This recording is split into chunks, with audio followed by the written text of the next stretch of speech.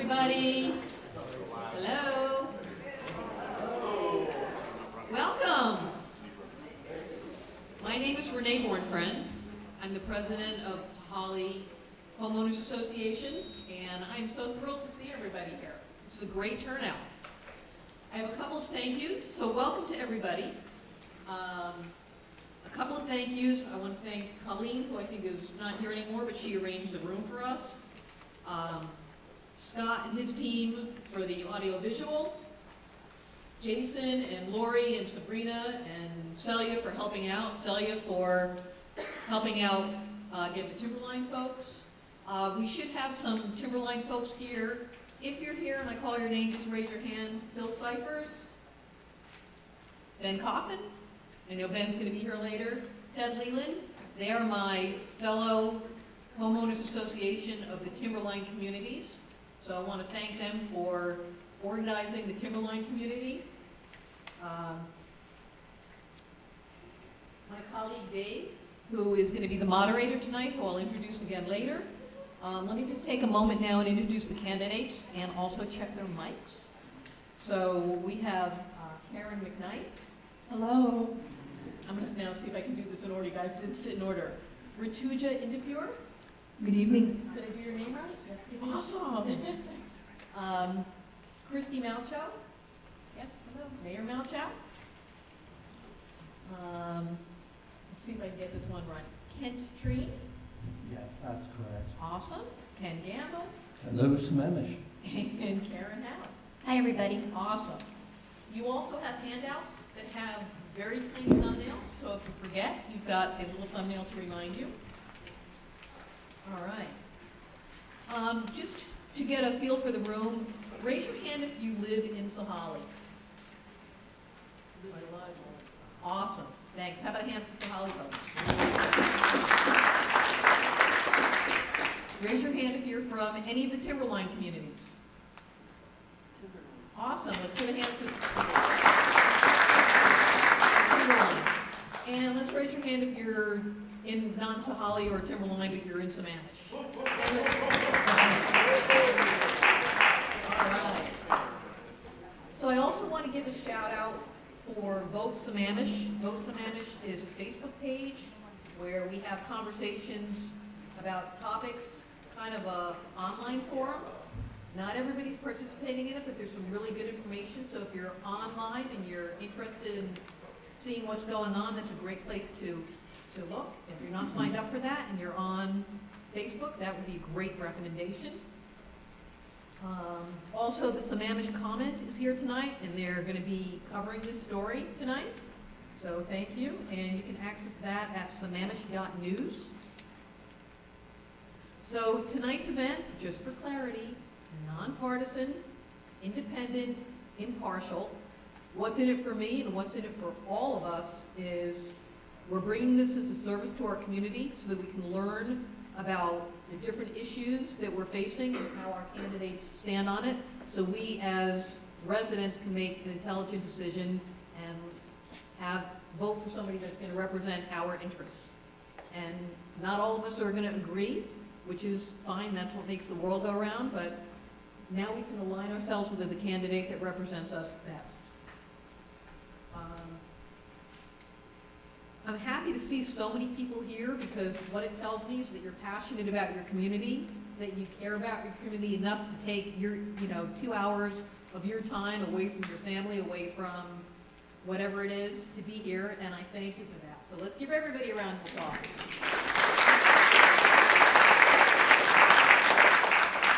So this impacts our lifestyle, it impacts our commute, it impacts our property values.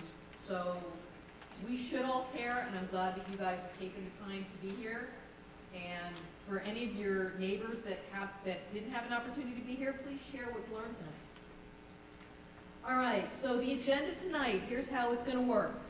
We're going to give the candidates 2.5 minutes each for a total of 15 minutes to do an opening statement. It could be whatever you want, it could be your top priorities, whatever it is that you want to convey to your constituents. We're going to have some prepared questions. Dave's going to kick it off, but and that's going to be up to 90 seconds, a minute and a half. We really want to hear more from our residents, so we're going to ask our residents to line up over here. And we've got a microphone that will just pass. So if you have a question after I'm done, you can start lining up over here. And Celia, waving, beautiful Celia over here, is going to help coordinate and cue you up. You probably all got a handout. It's got the agenda on it. It's got our candidates. There's areas for notes. If anybody needs a pen, we have pens out in the back, so we can help you out with that. But after a while, it gets a little bit confusing. So if somebody says something that you like or don't like, make a note of it, and then that'll help you remember later. So we tried to make that convenient. We also have a couple of the concepts like concurrency and so on. I've been to several meetings, and it took me a while to really understand some of the lingo. We tried to just make that easy for you so that you can get up to speed very, very quickly. I'm going to read the ground rules very quickly. So please turn off your cell phones. Don't be that guy. We have all candidates included in the forum. Thank you all for participating. Candidates will maintain a modicum of professionalism and will not interrupt other candidates. This is less against you, but more of what we see nationally. We're going to have the candidates pull a number from a hat to determine an order of their opening statements. Whatever order you start in, we'll go backwards for the closing statements, just to be fair. And then we're going to go round robin so that everybody has equal chance to speak. So the moderator will use rotation, so that not the same person's always first. Closing statement will be in reverse order. Opening statements will be 2.5 minutes. Closing statements, 90 seconds. Response to any prepared or resident questions will be 90 seconds. Where is Lori? My timekeeper, right there. So Lori, thank you, Lori, is going to be the timekeeper. She's going to hold up signs for 60 seconds, 30 seconds, and 0 seconds. And thanks for sitting closer. Now everybody can see that. All candidates will follow time limits and relinquish the floor specifically when commenting on other candidates or current council members. Candidates will be warned once. If a candidate does not respect time after a warning, they will be skipped for the next round of questions. Again, that's less about you, but more about what we've seen in some other debates. No visual aids. Our moderator will be independent and objective. The moderator will and can clarification from candidates as appropriate. We'll ensure each candidate gets equal time and will mitigate any issues. Residents with questions can line up over here. And before asking the question, we just ask for the resident to state their name and address and or just neighborhood. Okay, any questions? Celia? Just a point, if people can't come up here, we're happy to bring the mic to them, right? Okay, yes, if you physically have any physical limitations.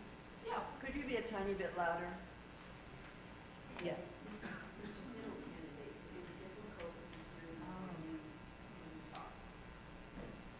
Is this better? How about if we do a test starting with Karen? Hi. Good evening. Rituja? Hello. Christie? Good evening. Good evening. Good evening. Hi. Good? Okay. If for whatever reason it starts to go bad, raise your hand, let us know, and we'll take a look at that. Thank you. All right. So without any further ado, first of all, are there any policemen in the crowd?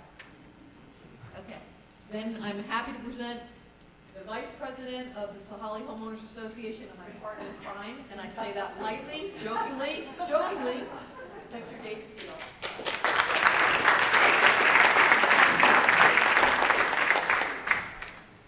Everybody knows the ground rules. I am going to start by picking numbers out of a hat. We've all done that, right? And the numbers are in correlation with the way that the candidates are sitting. So first will be number 2. Number 2 is Ken, right? Ken. Ken. Okay. Close. Ken. We're going to start with number 2, and then we're going to go down the line depending on the numbers that I pick. All right. So the first thing is I would like you to spend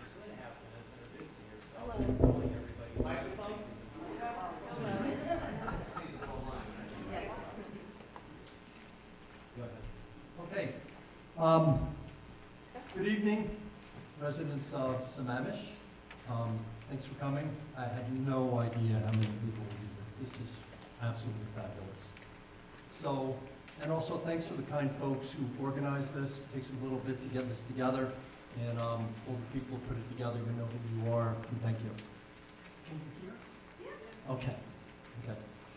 So, Sammamish is maybe the best place in the world to live, okay? And I don't say this lightly. I've traveled to every single state in the United States, and I've traveled all over the world. And I can tell you that we live in paradise. And sometimes it's gray, sometimes it's wet, but in my opinion, it's still paradise. Every single day that I walk out of my house, I take a deep breath of our clean, sweet air, and I'm just grateful to be living here. So no matter what happens with the back and forth tonight, I just want us to all keep in mind what an amazing place that we live and the amazing people we live with. So I want to mention that Sammamish is geographically unique in this area. As you all know, we live on a plateau, which is really an island here. And we have very limited egress on and off this island, okay? And although the isolation on the plateau has given us a great deal and a great place to live, it has exposed us to some unique problems. And so our roads are mostly still in the state that they were 20 years ago. They're difficult to improve, and as we never planned to be a large city. We have no direct access to freeways. We have limited transit options, and we will never see light rail. We have limited space for new schools, and our traffic is currently stuck at choke points. So this election really distills down to a simple question on how you look at our growth. One group is looking at a more urban Sammamish with thousands of new apartments scattered throughout the city. Now this may work for you or it may not, but the problem with this is, along with that plan, there is no solution for the additional traffic and schools that this will bring, and the loads to your schools. I don't agree with this high-risk proposition, and I believe in stopping development. Thank you. It sounded like a submarine going down. There you go. Thank you, Sahalee Homeowners Association in Timberline for organizing this forum, and welcome citizens and residents of Sammamish. I especially want to acknowledge the young people that I saw in the audience taking time off and coming to this forum, so thank you for your civic engagement. Dinesh and I moved to Sammamish in 2002. This has been our home for the past 16 years. What brought us to Sammamish was the public schools, the green spaces, and a sense of community. As Ken said, Sammamish is a great place to be, and it continues to inspire me to be a better citizen and give back to my community. Since I've come here, I've always given back. I've been on the PTSA board, I've coached my son's soccer team, being a Girl Scout mom, and even today in that same spirit, I volunteer and serve on the Sammamish Planning Commission. I serve on the Sammamish Y board, and last year I was appointed to the Washington State's Women's Commission by Governor Inslee. Through these work, I've been able to do something that the residents of Sammamish really want. Through the Planning Commission, we were very happy to recommend the Urban Forest Plan and also the interim setbacks, which this council actually adopted. This was to preserve the character of our neighborhoods. Through the Sammamish Y board, it's extremely important that we take care of our kids and address the mental health issues, the health and wellness, and the anxiety that our kids face. That is something that I'm very passionate about and I would like to continue to work on. And on the Women's Commission, we continue to work on the health, safety, and economic opportunities for all women in Washington State. I also have experience in serving on nonprofit boards. So I know what it is to work with people who are volunteering their time and work towards a common good. I have knocked on more than 3,500 doors in Sammamish, and I actually can see some folks I've met while walking their neighborhoods. What I've heard from you is, first of all, you love living in Sammamish, but you've also complained about the traffic and the fact that even after 20 years, we do not have a transportation master plan. You're worried about the trees, but you love your sense of community and would want to see more. So I am running to protect the quality of life, the neighborhood character, but then also listen to you and build a welcoming community for all. My name is Rituja. I have an LLM from the University of Nottingham, and I look forward to chatting with you today. Thank you. Okay, thank you very much. Christie Malchow is next. So thank you. My name is Christie Malchow, and I'm seeking re-election to position number 2. When I ran for office 4 years ago for the seat I now hold today, I held the same values and had the same talking points. They have been guiding my time on the council. First, public safety. This is government's #1 job, and it goes far beyond just police and fire services. Things like sidewalks and bike lanes are part of our safety network here. 2, fiscal responsibility. It is our job to mindfully execute the dollars to which our taxpayers fund the government. 3, the trees and the environment. It's easy to stand and say you support them, but my actions and my votes show that my words are not hollow. My motion to support new development regulations gives trees a better opportunity to stay on development sites, and I have supported policies from water quality issues to those that help support fish habitat for our kokanee salmon. 4, clear communication. I have used every available resource to communicate out information to the constituents of Sammamish. I value your input and feedback, and I elevate your voices at the dais to make sure that you are heard. That is what representative government looks like. 5, our infrastructure. We cannot continue to grow in the manner that we have without providing the necessary infrastructure to support the growth. So when you hear that I am anti-growth, I am not. I am anti-doing nothing to support the growth, as we have historically done. 6, quality of life. Everything I've previously mentioned plays into the quality of life that we all value and what brought us here and keeps us here in Sammamish. 7, maintaining our character. Our character means something different to each one of us, but we all value the character to which we have here in Sammamish. It's why I moved here, it's why I'm raising my family here, and it is a unique one because we are on the edge of the urban growth boundary and we share things that are in common with both rural and urban infrastructure. Thank you. Okay, the next one is number 1, Karen Howe. Hi, thank you for being here. My name is Karen Howe, and I'm running for position number 4. I'm your neighbor. I live in Deer Park, so not too far. I may have accidentally bumped into you, literally in Safeway, with my shopping cart. Or maybe I saw you at a PTA meeting. Or maybe I coached your kids in lacrosse. Go Eastside Eagles. In any event, what I'm trying to do, and the reason why I'm running, is because I have lived and volunteered here in Sammamish for nearly 30 years. So I'm invested deeply in this community, and the longer I stay here, the stronger is my commitment to the community. And what I want for all of us, is that we're able to take forward the lives and the childhoods that our kids had here, kind of the idyllic one, where they could walk past trees to get to school, get there safely, play out in a great park. I want to preserve and protect that and carry it forward for their kids and for their kids' kids.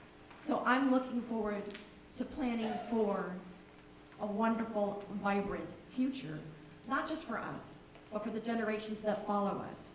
You get what you plan for. If you don't prioritize and plan, you won't end up where you think you're going to. So for me, in the face of change, my priorities are very, very clear. I will preserve and protect our trees, our natural spaces. I will invest in parks and make sure that they're available and sustainable to everyone in the community. I will leverage my King County experience and ensure that we work with regional partners to drive sustainable solutions forward. In addition to prioritizing safety and security, certainly in our neighborhoods, we need to fund and execute a prioritized transportation master plan. I've been a high-tech CEO. I've managed multi-million-dollar budgets. I'm used to making big decisions with bigger consequences. I make my decisions very transparent and very clear and show my work, basically. I'm also on the King County Youth and Advisory Board. I'm a CASA, I'm a court-appointed advocate for abused and neglected children in the foster care system. I understand how to protect vulnerable populations. I would be very honored to earn your vote in November.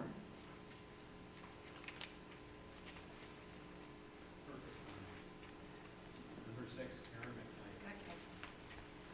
Thank you, Sahalee, for hosting this event. And I live right next door in Heritage Hills, so I had a very quick commute. I'm Karen McKnight, and I'm running for Sammamish City Council because I see the potential our community has to offer. We need leaders who are willing to listen. Sammamish has been my home for 39 years, and as a real estate broker, I help others make Sammamish their home, too. We've seen the concerns of residents discounted too often. I promise to respect your voice and listen to our community's concerns. Sammamish is a growing city with important decisions ahead of us. We need leaders who will represent all of us and manage our growth in positive ways. I'm excited to bring my business experience, leadership as Sammamish Chamber of Commerce President, and my years in this community to City Council. I pledge to make my best decisions to protect our way of life and our environment, to protect our tree canopy, open spaces, water quality, and parks. The best way to do this is to direct much of our growth into the center of town, so we can minimize our footprint, create more walkable spaces, and bike trails. I believe in making Sammamish a strong town, which means making our city financially strong by enhancing the services our citizens want.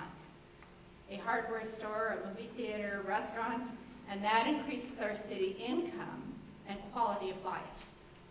A strong town means more housing choices, so our children, seniors, police, fire, teachers, and local workers can live here.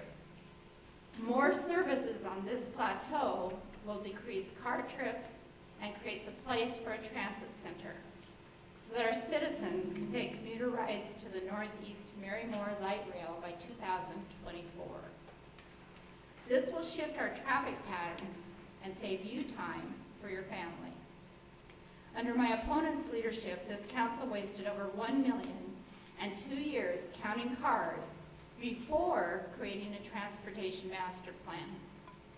That's like looking for a solution before you know the problem. Growth is here, whether we like it or not. We are in a Washington state legally designated urban growth area. We can stick our heads in the sand, or we can create smart, visionary, managed growth to have the city we want. My agenda will get us there. Thank you. And then before we have Treen talk, I would say that if anybody would like to start getting in the queue for questions, we're going to have that right over here.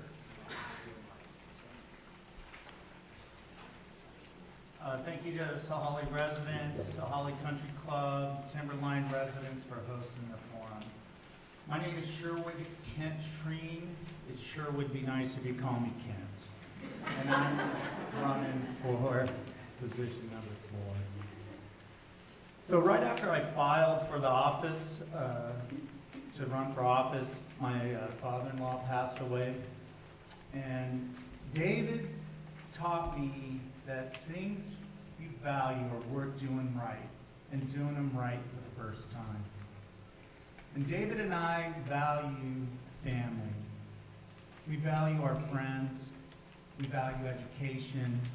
We often talked about his legacy and what he would leave behind for his wife, for his 2 daughters, and for his grandchildren.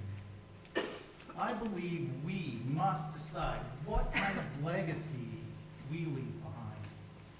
I have a vision for the city where humans and animals live together, where human habitat blends into nature. A vision where families come first. A vision where we respect our friends and neighbors. I have a vision of habitat and homes that remain for my feathered friends in the form of trees. That the understory is restored so my friends, the deer, can graze as they pass through our properties. I have a vision of restoring the kokanee to the waters of Lake Sammamish. A vision of grandchildren seeing black bears come and eat the berries near the streams and the lakes. You ask, how do we create this? Sahalee. This high heavenly grounds. Well, the council you elect needs to strengthen the comprehensive plan to reflect this vision. The council you elect needs to adopt code amendments that match the vision of a pretty good comprehensive plan that we have. The council you elect needs to establish design standards. So what is envisioned is what developers must build their best for the next generation. The results of a clear vision, bold leadership, hard work will create a beautiful place to live, where families enjoy open spaces, where the next generations of students will continue to attend top-rated schools, a city that is well planned, an example to the rest of the region of managed growth.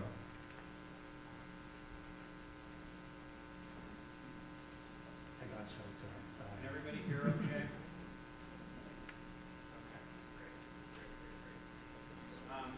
Okay, so I'm going to go ahead and kick off with a question here since we don't have this tonight. Sure. Could you introduce your case to the microphone? From right on up. Jump in later. Yeah. Microphone. Hello.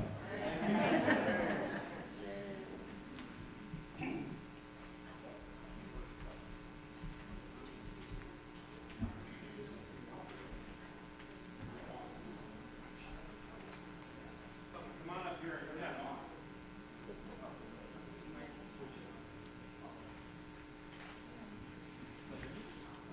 And if everyone, when you ask a question, just state your name and where you live.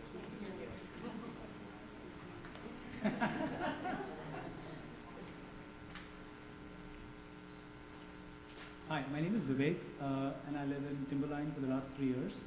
So firstly, thank you everyone. I think you guys are going to get a lot of tough questions, hopefully. But I don't want to overlook the fact that you guys are doing something that I am not, which is serving the community. So thank you for that. Thank you for volunteering your time. My challenge is twofold. When I hear you all, I see everybody saying the same thing. You want the trees, you don't want the traffic, you either don't want the development or want to control it. So I don't know how to choose. The second question is, there are folks who are here who are on the council. So what's prevented you from getting this done over the last couple of years that will change if you get re-elected? So, and where I stand is that yes, like I'm hoping many of us, I think there's a lot of traffic. I can quantify that. It's gone up from 15 minutes to 30 minutes for me in the last 3 years. I see a lot of growth. I'm really concerned on how some of the decisions are taken on how communities are growing, the number of new houses coming up, the whole place beyond YMCA, how that's going to be converted into a commercial establishment and more housing in the town center. Thank you. And I'm just not clear on how this helps the community and why it's taking so long to get a plan in place. Thank you. Karen, you want to take that? Okay. No, I'd like a couple of them to respond. Thank you. Okay. I think the difference is, I think really most of us want to maintain the character of Sammamish, but the way we get there is very different. So I want to say that I'm endorsed by Washington Conservation Voters and the Sierra Club, and I've been to a lot of classes on how to build a very strong, environmental friendly city. And Washington Conservation Voters, the Puget Sound Regional Council, and the realtors' housing issues all say the same thing. What they say is you want to have a center area where you have mixed use, where you have housing and retail and shops and places to gather. That gives us a place to have transit, and the way that we help our transportation is to increase transit so some people can make choices to use our transit systems. We need to get busy right now and create transit systems so that we can get to the light rail effectively in 2024. That's coming right up. There's also a 1,400 stall park and ride 5 minutes from here down the hill. It's going to be at Marymore. And we as a city, we're closer to that than most of Redmond. So there are things coming in place. There's a park and ride at the north end of Sammamish that are going to help us move some of the cars off the roads. Bike trails help that. Our East Lake Sammamish Park Trail helps it. And so that's how we improve transportation while we improve the feeling of our city and maintain how our city feels. So thank you, Vivek, for your question. I think your question was a long one, and it had, I think, multiple issues in that. I'll first talk about the traffic, and like you said, traffic patterns. You know, it used to take you 15 minutes, now it takes you 25 minutes. You know, I commute to work every day. My husband commuted to Microsoft for many, many years, and my brother-in-law still does to the north end of the city. I commute south to Costco. I work at Costco, so my commute is not that bad. But I hear you. You know, I think traffic has gone up, and what has happened is Sammamish, again, is every day we have 21,000 people going out of the city to work. That is a big issue, and we have to work with other cities. We have to work with Redmond, because for many times you might be going down to Sahalee Way and just getting stuck at 202. When I go out to Issaquah, I'm stuck at Issaquah. So we really need to, it's not just a Sammamish problem, it's a regional problem. We need to work with Redmond, we need to work with Issaquah, we need to work with our congresswoman. You know, I actually went and asked, has Sammamish made any requests for federal funding for improving our infrastructure? And the answer was no. So we really need to invest in our infrastructure. We need to alleviate the traffic, and it starts with creating this transportation master plan. And I hope many of you have been to the workshops where we're trying to understand what projects should we work on, what is most important to our community. So thank you for that question. Christie? Thank you. So you had a couple of different questions in there, and the first one was how to choose when we sound alike. I would suggest that you check the Public Disclosure Commission. That is where you are going to find campaign donations and where you will find that all of my donors are coming from the city of Sammamish. They are residents here. The only outside organization that I have that has donated to my campaign so far is the King County Police Officers Guild. When we sound alike up here, you might be able to look at the PDC and find that there's another story behind the scenes of the PDC. So it's just checking there. You asked what is preventing me from getting things done since I'm the only sitting council member up here. Nothing, frankly, except for that the council as a singular person, I can't do anything. It takes a majority. And for the first while on the council, I ended up on the minority side of voting on certain issues. And then 2 years ago, or a year and a half ago, the balance of the council changed. And I was able to finally get at the traffic issue, and I was able to look at concurrency, which is how we measure the impact of new development trips out on our roadways, and we've changed that. We gave so much capacity to places you cannot drive a car. For example, on East Lake Sammamish Parkway, 50% of our available capacity was in a place you couldn't drive a car, including on the trail. We've taken that all away, so we are now more accurately measuring the impact of new development trips. It's been stated that we're going to have a transit system. We don't have that jurisdiction. That is not our agency. That is King County Metro, and we are working with Metro and Sound Transit to improve and bring as many services as we can. But we do not have the many, or King County Metro does not have the money to realize their 2040 plans. Okay, Ken? Yeah, twofold question. So, first thing I wrote down was, you want to know who to vote for? Look at the money, follow the money. All right? Just look at where the donations are coming from. How do you manage growth? I heard as one of the other things. What are we going to do to manage growth? My wife Debbie was Former Mayor Bothell worked on the Growth Management Act. The Growth Management Act is the management tool. The biggest tool within that Growth Management Act is concurrency. With concurrency, we can control growth. You want me to add that? I got 60 seconds here? Sweet. So the other thing I was just, would add on to that too is that we can manage growth, and we do need to slow it down to the point where we can actually put in the infrastructure that we need to. Okay, Ken. Come on. Okay.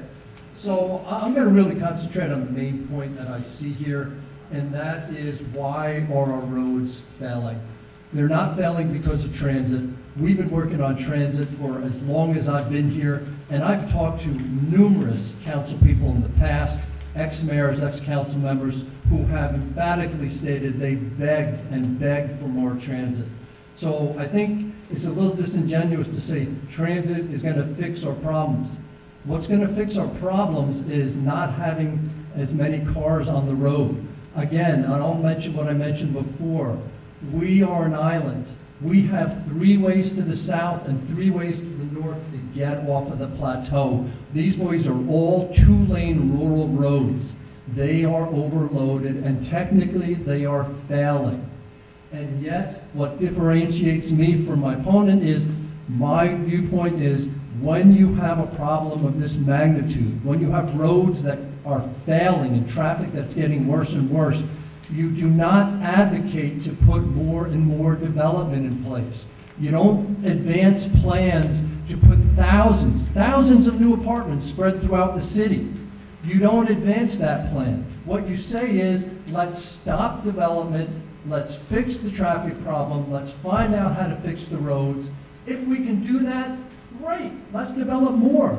But you don't make a problem worse by continuing to develop until you fix the problem. So some of you may have remembered me from when I ran 2 years ago. So 2 years ago, it was traffic and trees. 2 years later, it's traffic and trees. I understand the confusion. We can sound a lot alike. I would suggest that listen to what we're really saying here.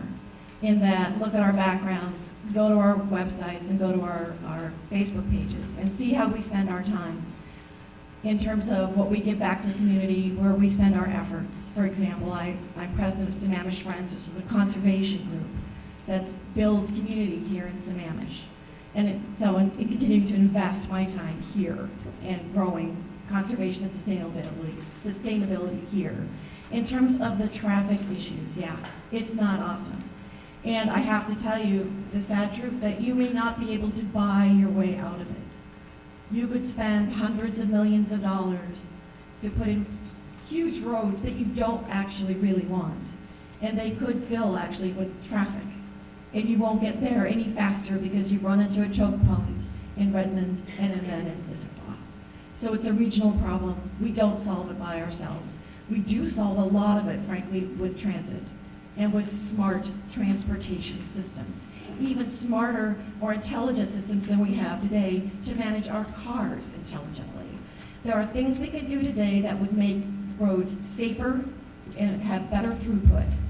Adding transit is a plus and something we should absolutely start and plan for, because we are going to have autonomous vehicles at some point.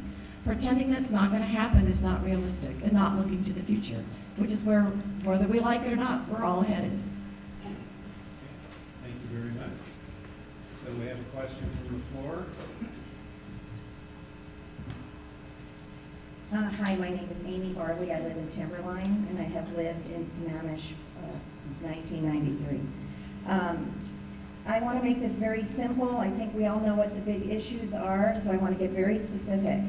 I'd like each of you to answer, if possible, if you attended the City Council meeting on May 23rd, and if you attended the City Council meeting on August 20th, and if you did or did not, I'd like to know how you would have voted for the motion that was put on the table that basically upheld the level of concurrency. Therefore, the additional housing at City Center would not be built until the infrastructure issues were addressed. So I'd like to know if you were at those meetings and how you would have voted on that issue. I have the motion if anyone needs to hear it. Does everybody understand the question? Okay, let's just run down. Chair. starting with, We don't understand the question, maybe you can. Okay, so basically, she's asking a very specific question about managing the growth with, what is it, help me here, Christie, it's DOC, right? I can clarify. Okay. So on the May 23rd meeting, there was, and I'm new to figuring all of this out, but I finally have gotten engaged enough to figure it out a little bit, so bear with me. The previous, what was called moratorium on building, which I guess wasn't truly a moratorium, was up, and we needed to revote whether or not they continue to uphold a certain level of traffic and amount of time. We call it concurrency. And there was a heated discussion. There was a split vote on whether or not, if they maintained it, it put the city center growth on hold until the city addressed some of the issues that we need taken care of: traffic, school, roads, safety. And it was a split vote, and it was passed that we would uphold that and not do any further building other than what's already in the pipeline, and there's plenty in the pipeline. To maintain a status quo as opposed to move forward and building. And the reason I asked about the second meeting is that after that vote was passed, that they would maintain a status quo and a certain B over C or whatever it's called. At the following meeting prior to that, it was announced by the city staff that all of a sudden the traffic issues through some study had changed significantly, and now 450 some odd homes would be built in the city center. So it's just really, I'd like to know if they went to the meeting, and if they didn't, why. I went to the meeting, and they're running. And so, you know. Okay, so let's start with the mayor, because obviously you were in the meeting, right? I was. Or work there, I'm sorry? She was at the meeting. Yeah, there you go. Yes, so yes, I was at the meeting. So the motion was not relative to a moratorium, just for clarification. It was a motion relative to upholding the volume to capacity ratio that we adopted as a two-part piece of concurrency. Again, concurrency is how we measure the impact of new developments trips on our existing infrastructure. So the volume is very simple. It's the number of cars that pass over a counter strip that the city puts down on the roadway. The capacity is somewhat, I alluded to this earlier, we had a capacity number for every foot of sidewalk, shoulder, bike lane, regional trail. We gave 580 cars a pass for every foot. The regional trail down there on the parkway is 12 feet. The shoulders are 5 feet. You can start doing the math and realize how many cars we let go down East Lake Sammamish Parkway before we triggered concurrency. So I did vote on that, and I voted to uphold it, because those were both of we had level of service at intersections, volume to capacity ratio. We had both of those before. We just altered them and made them more accurate so that they're an accurate reflection of the impact of the new trips that are generated on our roadways. So Karen, Howe, let's start. Sure. So first, was I at the meeting? I was at least one of the meetings, and I watched the second one probably online. And I would have voted for the current model for a couple of reasons, or the one that's most currently in force. Because we have spent an awful lot of time and an awful lot of money with really good people and our own city staff, who, by the way, are actually really good people, to work on this concurrency model. So yeah, I wasn't going to go against what they had recommended, because they are the experts and it did make sense, and I understood what the goal was here. And it was to try to allow us to give a little bit of breathing room, an opportunity to try to catch up, if at all possible, with our traffic concerns. What I would like to add to that, though, is I would like to add transit as something that is also measured, and to get credit for adding that transit. So it's not just capacity, it's modality. What are the modalities that we could add to our concurrency model that actually upgrade it and make it better and stronger? It's the way that Redmond does it. So that's something that I would suggest that we could improve on. And I can end there. Okay. Okay, so for those of you who want just a little more depth, the V over C numbers that we're talking about 1.1 and 1.4. What do they mean? 1.1 means 110% of volume compared to capacity. So when you rate a road at 1.1, what you're saying is that road won't fail until it actually reaches 110% of its given capacity. It's a very full road. The VOC that was passed, which I would have voted for if I was there, was 1.1 for the whole section and 1.4 for small specific areas. What was proposed and what wasn't passed was 1.5 and 1.7. What this means is for the road to fail, it would have had to have 150% of its given capacity occurring, or 170%. Imagine 170% of its capacity before it failed. That was not passed. The 1.1 and 1.4 were passed. So one other point on this. This was applied to specifically Sahalee up here, okay? Sahalee was put through this concurrency. It failed initially. It then came back when they ran it again. Sahalee is now passed. These 419 units that passed, only 50 trips off plateau were attributed to 419 units. So 419 units worth of people going off the plateau only make 50 trips. Does that make sense? Can I ask a clarifying question? The August 20th date that you stated there, August 20th. So there was a was that the special meeting Yes. that was called? Yes. Okay, yes, I was at that meeting. Were you at the May 23rd? I was also at the May 23rd meeting on the concurrency model that they were talking about. And the reality is, I waffle a little bit because I probably would have gone with the compromise and gone with the 1.2 on VOC and 1.4, which is what was passed. But the reality is I live on East Lake Sammamish Parkway, and I had a thought that it really needs to be 1.0, which is capacity. So I may not have voted for it in that I would want it to be stricter. And here's the reason why. It became pretty clear to me, and it has now become very clear from the August 20th meeting, that developers were going to step into the city and they were going to dump all the traffic in their models down onto East Lake Sammamish Parkway because it's been exempt, right? And so that way they can just keep moving all their traffic off the top of the hill for as long as they want to down onto East Lake Sammamish Parkway. I live on East Lake Sammamish Parkway. I don't want that traffic coming there. And half of it and most of it isn't really even going to come down there. It's going to go off 228. It's going to come down Sahalee Way. So we might have missed the boat on that one. Rituja, what do you think? I was at the May 23rd meeting and I was online on the August 20th meeting. And as part of Planning Commission, the process, the way it works is, typically the City Council has a work plan, they have an agenda, and they send it off to the Planning Commission to work on it. It was a little different with the transportation element, but I was on the Planning Commission and we voted for the VOC that was suggested by the council. So I voted yes on that and I will vote yes again. Thanks. Karen?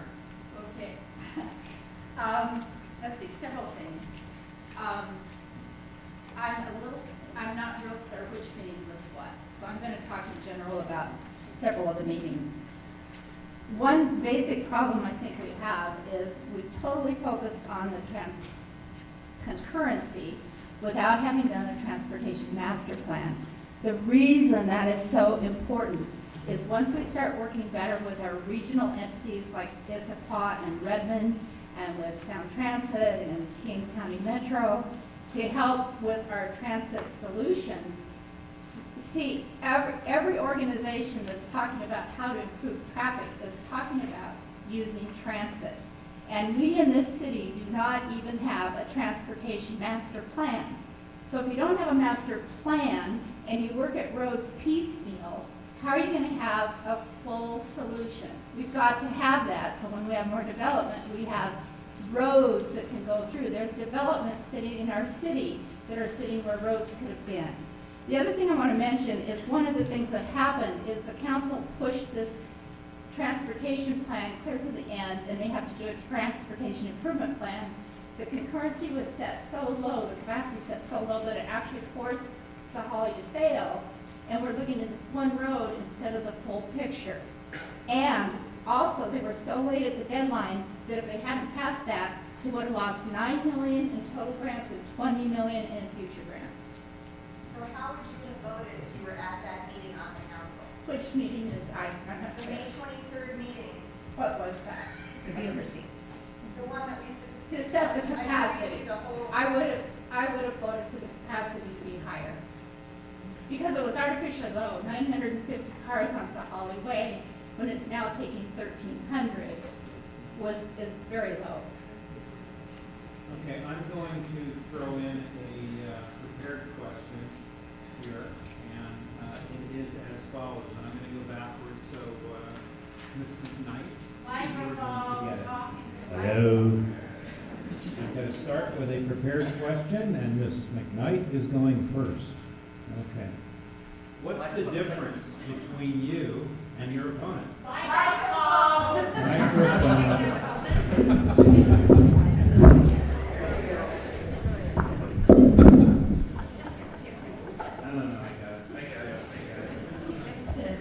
I'd like to say the difference between me and my opponent is I think I have a more visionary view. I think she gets stuck in the weeds instead of a lot of times looking at the big picture and really stuck in the details.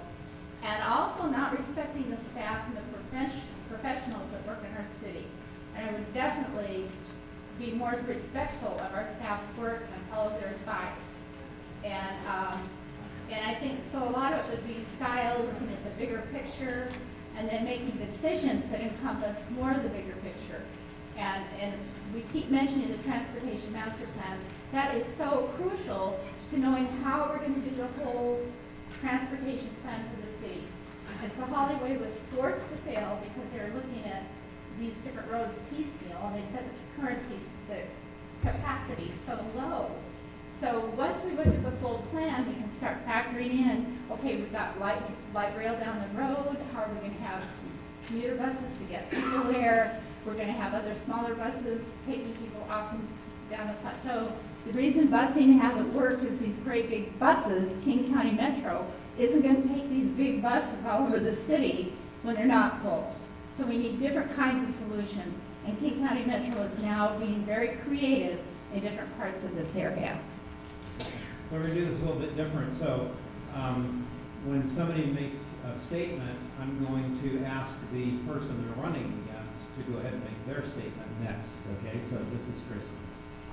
Okay, so the difference between myself and my opponent, I think the devil is in the details, and I'm proud to get down into the weeds. Literally and figuratively, I have gone out and measured roadway widths in opposition to what staff presented in the city and proved that they had the wrong widths listed, which was giving artificial capacity to our roads. Quality of life here in Sammamish is my focus, and it's not just about growing, it is about truly managing the growth. I have heard repeatedly that we forced Sahalee to fail. No, we recognized that it was failing. And as far as staff goes, I started my venture on this to become a council member because staff gave away my neighborhood's dedicated open space in a landslide hazard area over Ebright Creek, which is a coconut salmon-bearing stream, in order to let a developer build on it. I came in not trusting staff. I have gained new respect in staff and respect for staff, but I do question it. I do not think I was hired for this job just to complacently sit at the dais and take what is fed to me. I take it and I learn and I dig so that I can give you the best results. So Rituja, would you like to tell us what the difference is between you and your opponent? Sure. You know, like I said, we have raised our family here in Sammamish. I've been in Sammamish since 2002.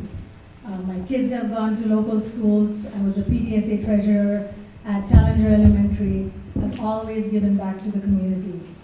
Today, I work at Costco as an IS manager, and I have great experience, and I take a lot of inspiration from working for the fantastic company called Costco. And I'm sure most of you love to shop there, so thank you. With Councilmember Hornish leaving, actually, I will be the only person with a law degree on the council, so I bring that expertise to the podium as well. And the main thing is, I have experience with policy. One of the biggest things that a council member is supposed to do is create policy, long-term policy for our residents and our citizens in our community. With me serving on the Planning Commission, going through the details, practically shadowing the work that the council currently does, I have that experience of working on policy and creating long-term policy that protects the quality of our life and our neighborhood character. Like I said, I also serve on the Sammamish Y Board, and we have implemented so many programs for our teenagers, for teenage leadership, and that is what I would like to do. So my work speaks for itself, and I would like to continue to do that. I also am a great listener. One of the things that I've done as part of running for office is actually go and knock on your doors. And I have many friends in this room who have knocked with me, so I go out, reach out to the people, and talk to them. Okay. Ken, you're up. So my opponent speaks about policy. The question is, do you have the right kind of policy? Okay? If your policy is advocating for putting thousands and thousands of apartments spread throughout the city, I don't think that's the right policy. Look up when you get a chance sub-area plans and homegrown. These are policies that the Planning Commission has been working on and has voted on and approved that literally put 12 different developments of high-density housing spread throughout the city. The downside of this, besides having an apartment building in your neighborhood, is that there is no movement toward where that traffic is going to go. Where are all those people going on the road? There's not movement there. Another thing that we may want to look at is that there was an interview done with my opponent, and when she was asked about concurrency, her answer was, I'm not a traffic engineer. I don't know the difference going from 1.1 to 1.4 or 1.5 to 1.7. That's after a year and a half on the Planning Commission and running for office before. When were you going to figure that out? Okay. She also, again, advocating for apartments. We had the survey done in homegrown. 80% of our people in our community, 80% of our residents agree that new housing should fit and preserve the character of our communities. Thanks.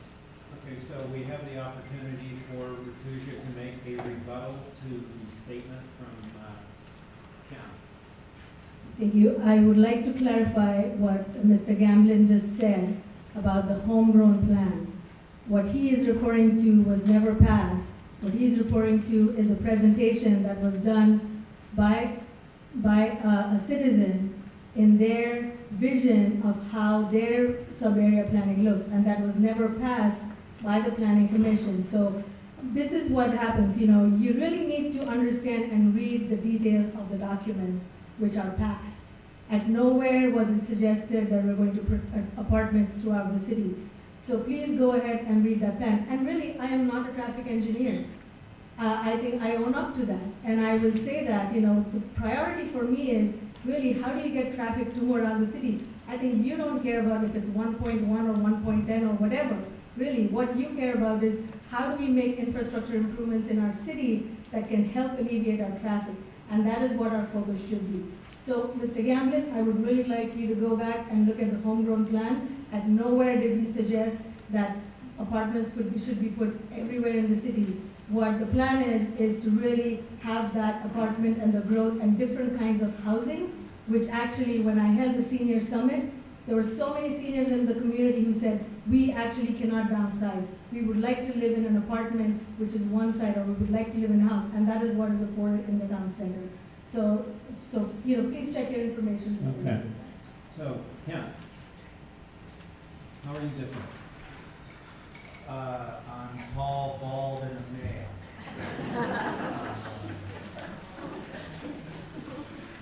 I'm a school teacher. Again, I like, we're similar because actually she's an advocate and I work with at-risk students.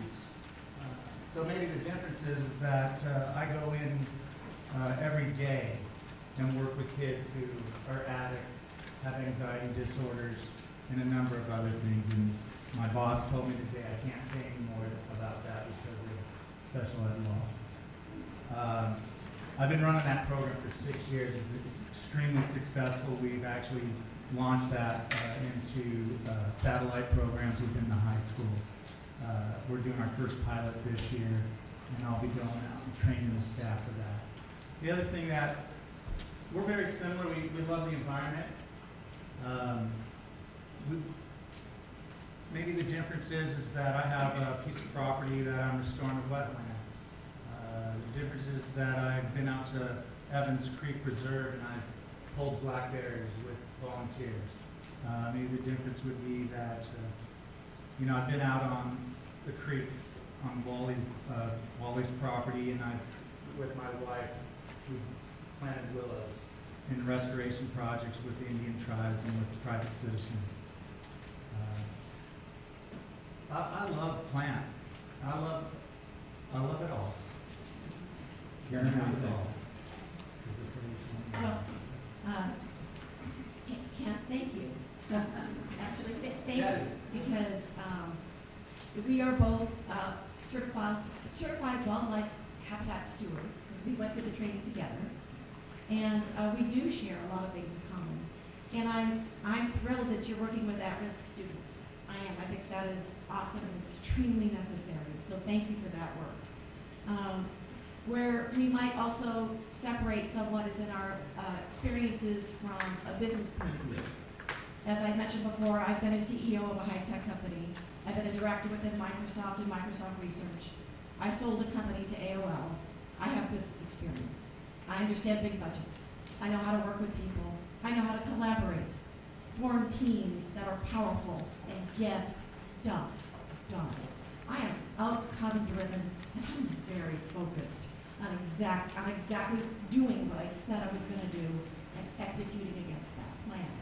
So I'm a planner. My husband will tell you he hates it. But I find it very necessary and very soothing for me personally. So part of my thing as a CASA, working with foster kids, is I'm a mediator. And I think that what we really need on the council is somebody that can bring people together, that can bridge divides. You have a different point of view, you have a different point of view, mine might be completely different again. But I can find a common ground. I can work with you to find that piece, to bridge things together so that we can survive the process. Sounds good. So we have another question from the audience. My name's Nick, I live in Sammamish.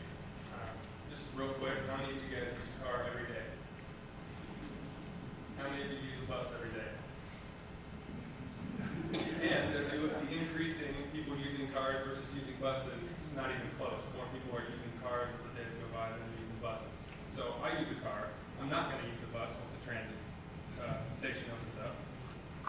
What have you said so far as it relates to congestion, as it relates to transit solutions? How's that going to help me? So who would like to take that first?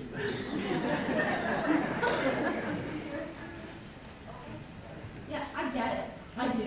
Because when I work downtown, I take the bus. But I work in Bellevue now, and I don't take the bus. I take the car.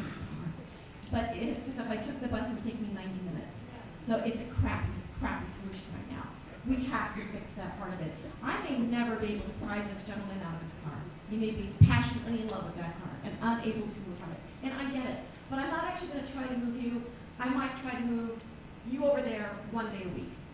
And you over there 2 days a week. And maybe someone over there is going to take a bike, ride down to a park and ride or a place to lock up the bike and take the bus to work. It doesn't take everybody to mass transit to make it work. What it takes is a few people that start to change very slowly over time their behavior and patterns so that they want to do that. And I gotta tell you, when I was at the park and ride meeting, talking about putting in the transit park and ride, those Metro people who were there, the Metro consumers of Metro, were passionate about their bus. And when I work downtown, I am passionate about my bus. I love my driver, and I love the people I sit next to on the bus. So that's why we have to be a big, big, hairy, huge, humongous collective of Bellevue and the entire east side, and Issaquah and Redmond, to stand up to Seattle so that we get our fair share of the transit that we owed and that we deserve. Okay, so we're going to ask another question here in the middle of your question while the sun is blaring straight into my eyes. Welcome to Sahalee, right? So there's no way we can increase the road capacity to more roads, right? So maybe you could rephrase your question in the sense of what would you expect from your city council as far as something that would help you? Yeah, well, Councilmember Malchow said it best. It's not really going to be up to the council as to how the money's spent. It's going to be up to the people who run the mass transit system. So I don't know how I would address that question. I'm going to let the mayor respond to that. Yeah, King County Metro and Sun Transit have their own budgets, and they're the ones that are providing mass transit. But there is a very easy way, I think, to answer your question, which is mass transit's not going to be a viable solution for everyone. It's not a viable solution in my household either. But by advocating for more bus service, what we are doing is helping other people who can take mass transit to get out of their car and into the buses, which does help you out because now there's fewer cars on the road. So what we need is express bus service. At the last forum, my opponent said we don't need express bus service, but that's what I hear from the community. We don't have express bus service right now. We have frequent service, but the buses are largely empty because people have to go to the Issaquah Highlands Park and Ride to get their express bus to get in there. So they're not getting on there. They're getting in their single occupancy car. They're driving to a park and ride that is outside of the city of Sammamish to get that express bus. And it saves them 45 minutes to get their single occupancy car. That's not helping us out. It's helping I-90 out. It's helping Issaquah out, but it's not helping us out. So we are advocating through the legislature as well to get the RCWs, which is state law, changed in order to allow the city to provide its own shuttle so that we can get people from within Sammamish down to the light rail station at Marymore, which is due to open in 2024. Again, same concept. The idea being is that if we can get people out of their single occupancy vehicle because light rail is something that works for them, that gets them out of their car. It's fewer cars on our roadway, and that benefits all of us. Okay, I think we dealt with that question reasonably. Let's have another one.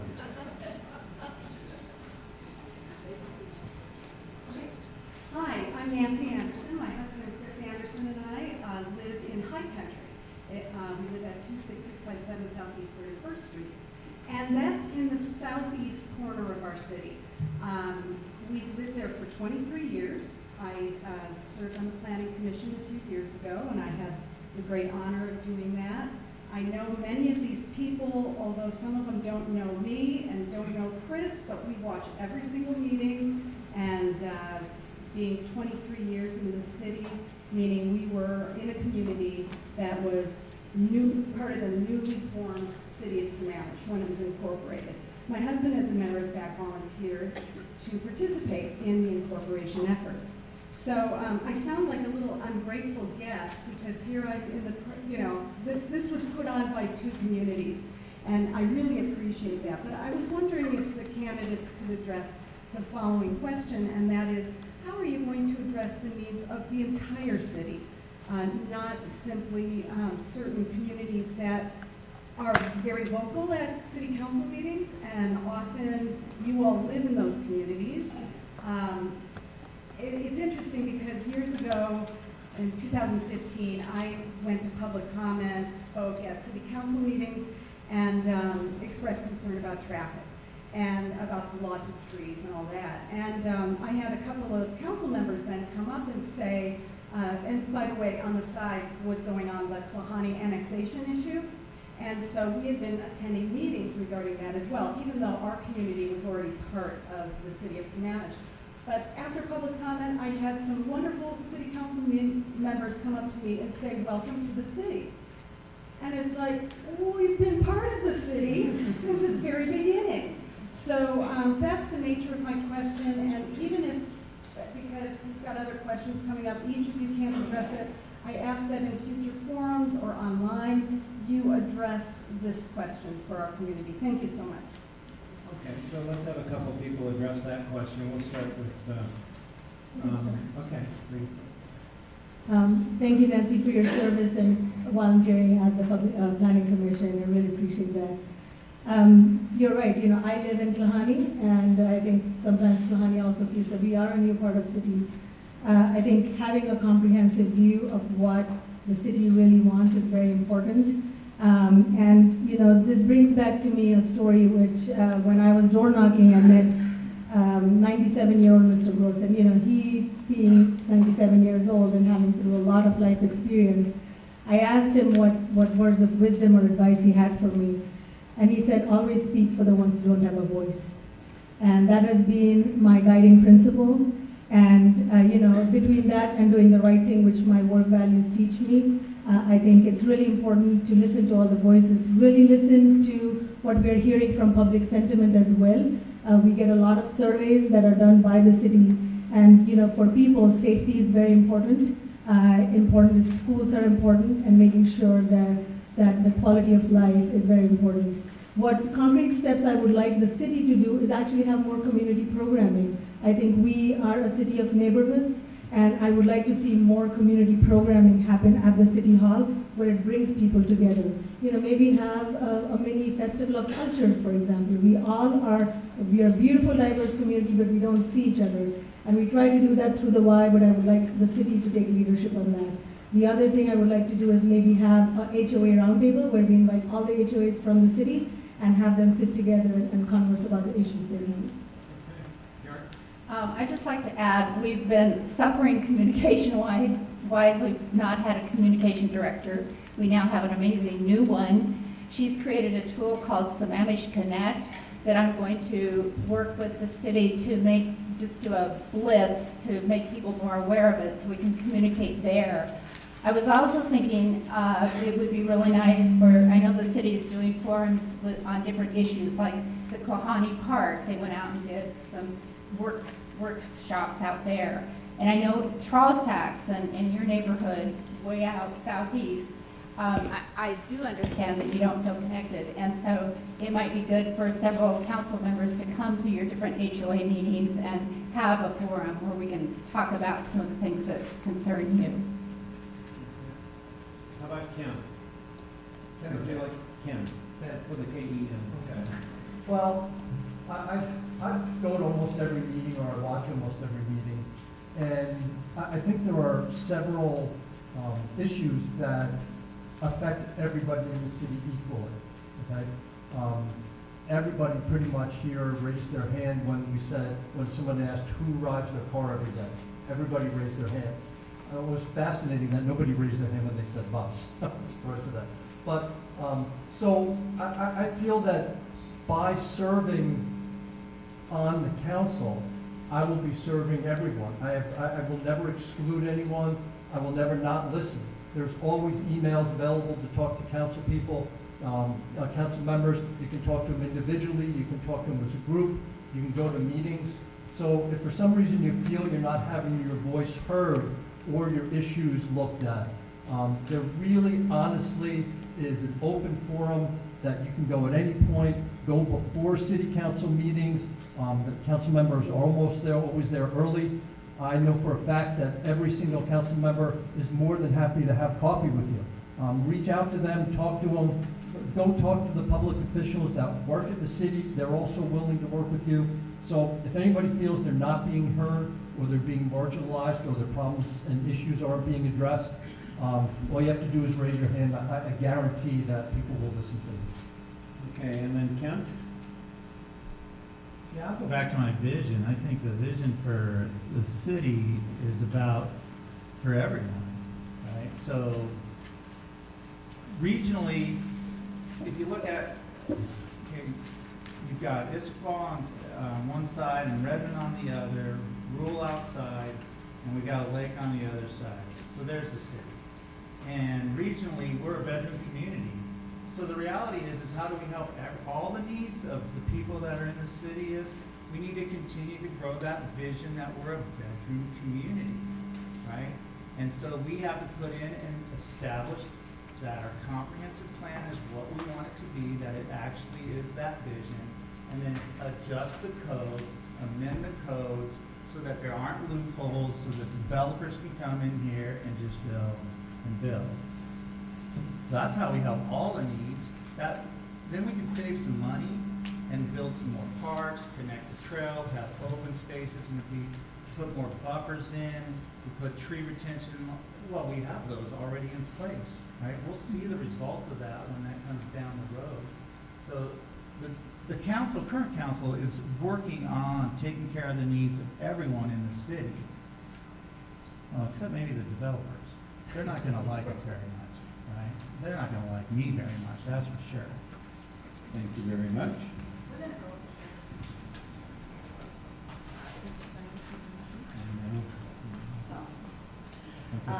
So right now, it seems like we have a split council on the town center issue. Can you say who you are? Oh, I'm sorry. My name is Val Surrey. I live in Timberline Ridge. I've been there 14-ish years, about 3 months before selling it. So right now, it seems like the current council is split on the town center issue. About four don't want it right now, and 3 don't live in conjunction, and 3 do not. And when I look at the 6 of you, it seems like it's pretty evenly matched for every one of these positions. One of you supports it, and one of you less so. Many of the council meetings have gotten a little bit feisty between these 2 different sides of the issue. There's been some Facebook comments that have gotten kind of feisty between these 2 sides. So I'm wondering, if you guys are elected, how are you going to work with a person who really, really, really doesn't agree with you? Who wants to take that? I'll take it. I'll take that. We are always going to have disagreements and discussions, and actually, I look at those as catalysts to getting a better solution. I am not conflict adverse, which my husband will tell you in spades. So I enjoy, actually, the ability to have a civil, respectful conversation with the facts, or as the facts as we know them, to just lay it down about, okay, so what's our share, what can we agree on, and what is the shared vision that we can work towards? So I fully expect that there's going to be disagreement, and town center could be a perfect one, to just use as an example. I think that many of us actually would like to see some kind of a town center of some kind. And what that looks like is in different people's heads and different kinds of visions. And the trick is, how do you bridge that divide? How do you bring people together to say, well, this is what it has to have as a bare minimum, some services. I want to be able to get a screwdriver here on the plateau and not have to leave the plateau. Well, if that's kind of and you can take the screwdriver either way too, by the way. There's different kinds of screwdrivers. So it works, it does work. So my thought is that if we already know that what the outcome is going to be, we're going to probably have something there, then it's just, what do we want it to be, and how do we march to get there? Okay, Christie, you want to go? Yes, please, thank you. We do have a split council relative to the concurrency methodology, and so it's not necessarily a split on town center specifically. In fact, the city council has taken more than one vote in support of the town center. It's how we get there. I don't know if that's me or the mic. Okay. And my timer is still Anyway, it's very difficult when we are very passionate about certain issues, and there has been name calling up at the dais, but I challenge you one time to find when I've been one of those people that has done any name calling or used derogatory language at the dais. I don't do that. I try very hard to run a meeting. It's more challenging since I'm a council member and a mayor at the same time. I'm always the last one to talk, and I have to try and keep some semblance up at the dais. Facebook is a whole other story where it does get very nasty out there. I try and stay on the high road. Again, I challenge you to find a post where I have gotten super nasty with any one of my council members or any constituent, regardless of their views. Okay, Karen? Okay. I have a lot of history in my background in my business and building a real estate office from 14 agents to 123. There's a lot of disagreement in those kinds of offices because we're all independent contractors. But what I want to say is I have a track record of building consensus, and I really value being in an environment where there's a high clash of ideas and with respect. And I also like to look for the common ground to find, what do we have in common so that we can move forward on that part. And what I've not liked seeing this year is there's been a 4-block voting group on almost every single issue on the council. And I would work really hard to not have that, to find consensus, to find ways where we can agree so we can negotiate what we have in common. Okay. Do you feel like you have your question answered? Okay, thanks. Okay. The reason I'm going to jump in like this, time is starting to get short, and what I want to do is by a show. Sorry about that. I usually don't have to use all these things. Okay. Time is starting to get short. I want to make sure that we use this time as best as we can. So I'm going to do a show of hands thing. Okay. How many people in the room would like to talk more about Sahalee Way? Okay. Great. Okay. How many people in the room would like to talk more about the city in general? Okay. And how many in the room would like to talk about town center? Okay, so what I'm finding out, and I think that everybody will agree with it, this is not a one-issue audience. Okay? So, let's have our next question. Hi, I'm Sasa Kirkpatrick, and I've lived on the plateau here for about 35 years. And I like to vote for candidates that have the guts to stand up to unethical city staff if I don't know our new staff, but if it's anything like the last past. I would like to know which people would stand up to unethical people in staff and the development. I've got firsthand experience of this. I want to know if each one of you could tell me if you have the guts to do the right thing. Please. Yeah, I got the guts to do the right thing. I got that. I can answer, and thank you, Sasa. I think, you and I had a roadside conversation when I was walking in your neighborhood, and I think we talked exactly about this issue. For me, like I said earlier, I work for Costco, and doing the right thing is our motto, and that's how we live by. That's how I personally live by. I think, it's really important to stand up for your values and what you believe in, and do the right thing, even if it's the hardest thing for me personally to do. Doing the right thing is the only way to do. So I can assure you and everybody in the audience that yes, I will always do the right thing and stand up for our values, and and make sure that we are very transparent with everybody. I'd really Okay, so we need to be clear on what the city council is, what they do, and what they can't do. So the city council is like a board of directors, okay? City council doesn't have the ability to step in and look at a particular staff person and say, you're being honest and you're being not honest, and I want you here or I don't want you here. So the city council is the board of directors, and they have a city manager. We have a city manager, who's basically the president of the company. That is the person who runs staff. That is the person who will look at dishonesty or unethical behavior. I think what we more need to look at is our ability to have accurate facts to make decisions on, okay? If we don't get accurate facts from the staff as a council person, I have to go to the city manager and say, your staff's not giving me what I need, you need to fix that. If the city manager doesn't fix it, then we get a new city manager in place. So we need to be clear, we're not after staff, and I'm not blaming staff. When I talk about facts, and I'll just give you a quick fact here, and it just happens to be on the town center, on what we need to make decisions accurately. So the town center plan only accounts for 218 new students coming out over from 2,000 new housing units. Think about that. That's the fact that's given to us to work with. Do we believe that only 9% of the homes in the town center are going to put students into our school district? How do we make plans when we're having facts like that given to us? We need accurate facts. Everybody else good? I'd like to. Okay. Do we have another question?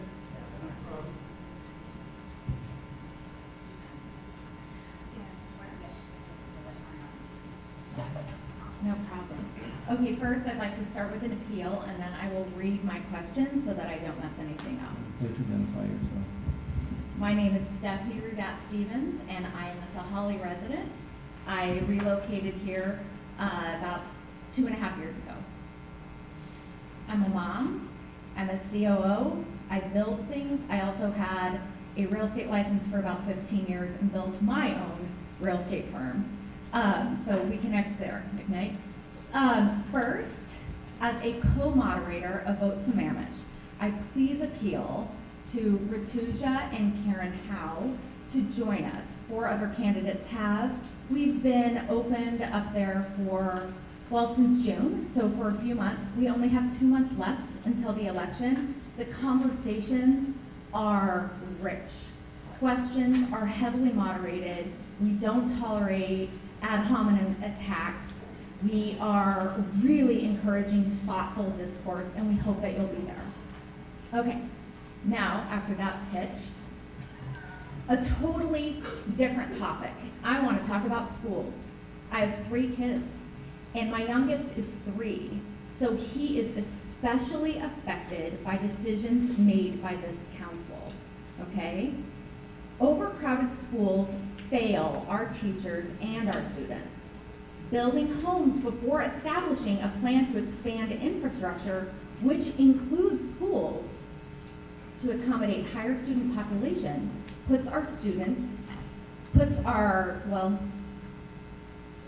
accommodate a higher student population puts our students and teachers at risk of a less than optimal experience. In fact, at-risk youths are especially marginalized when schools cannot keep up with city growth. What is your plan to address this vulnerability? I'd just like to make a comment. The schools they're totally separate from the council. I know that we can. Only kind of. Okay, we can coordinate with them, and they set their own budgets, and they're not able to build the schools till they have the number of students. So a lot of times they're planning ahead and buying land, and I totally understand the problem. It's been that way for 40 years because we're a growing area. Christie? Thank you. Yes, the schools is one of the things that I'm very, very concerned about, and it's part of that whole infrastructure thing. I want to talk numbers with you and impact fees. So yes, it is true that we do not, we have no ability to tell the school district what they do, but we do have control over impact fees. Impact fees are for only new residential developments. In the Lake Washington School District, multifamily residential units pay $624, that's it, per unit. In the Issaquah School District, $4,399. Just for comparison, a single family resident is going to pay $12,294 for an impact fee. $624, $12,294. It's a huge discrepancy, and that includes townhomes that are 3 bedrooms, turning out kids into the school districts that will impact in the exact same way a single family house has. I've already engaged staff. I am asking for staff to look at the ability of pulling out townhomes from impact fees so that they are paying the same impact fee, because if the developers are not paying the impact fee, you and I will when the school district comes back for you for a bond to build a new school. We have got to adjust the way we do it. We also do not need to discount by 50%, which is exactly what we're doing right now. We do not have to do that. We've been told that over and over, and it is not true. Okay, so point of clarification on that. So where's the decision point on that figure between Issaquah and Lake Washington School District? It's Who's based, making the decision? it's based on student generation rates. It's a But long math it's based problem. on who's deciding what the rate is? It Is it is- the school district? The school districts are coming up with a rate, and then the city of Sammamish is discounting it by 50%. Why? We don't have to, because we were told that we had to, because King County, I was told over and over again, because King County said we had to. We've done a ton of research this summer, it's not true, and I've asked staff to revisit it. I would like to change how we do impact fees. We do not need to reduce it. The burden to build the schools is on the taxpayers' backs. Thank you. Anyone else? Look, teachers always fight for two things. I need more pay and smaller class sizes. Really, the only way to get smaller class sizes is reduce the population. Okay, we're not going to reduce the population of Sammamish, right? But we can control the growth and how fast it's growing. Bellevue, right on Belred Road, they tore down Sherwood. Oh, that's pretty funny. They tore down the Sherwood Center, and they put businesses on the bottom, apartments on the top.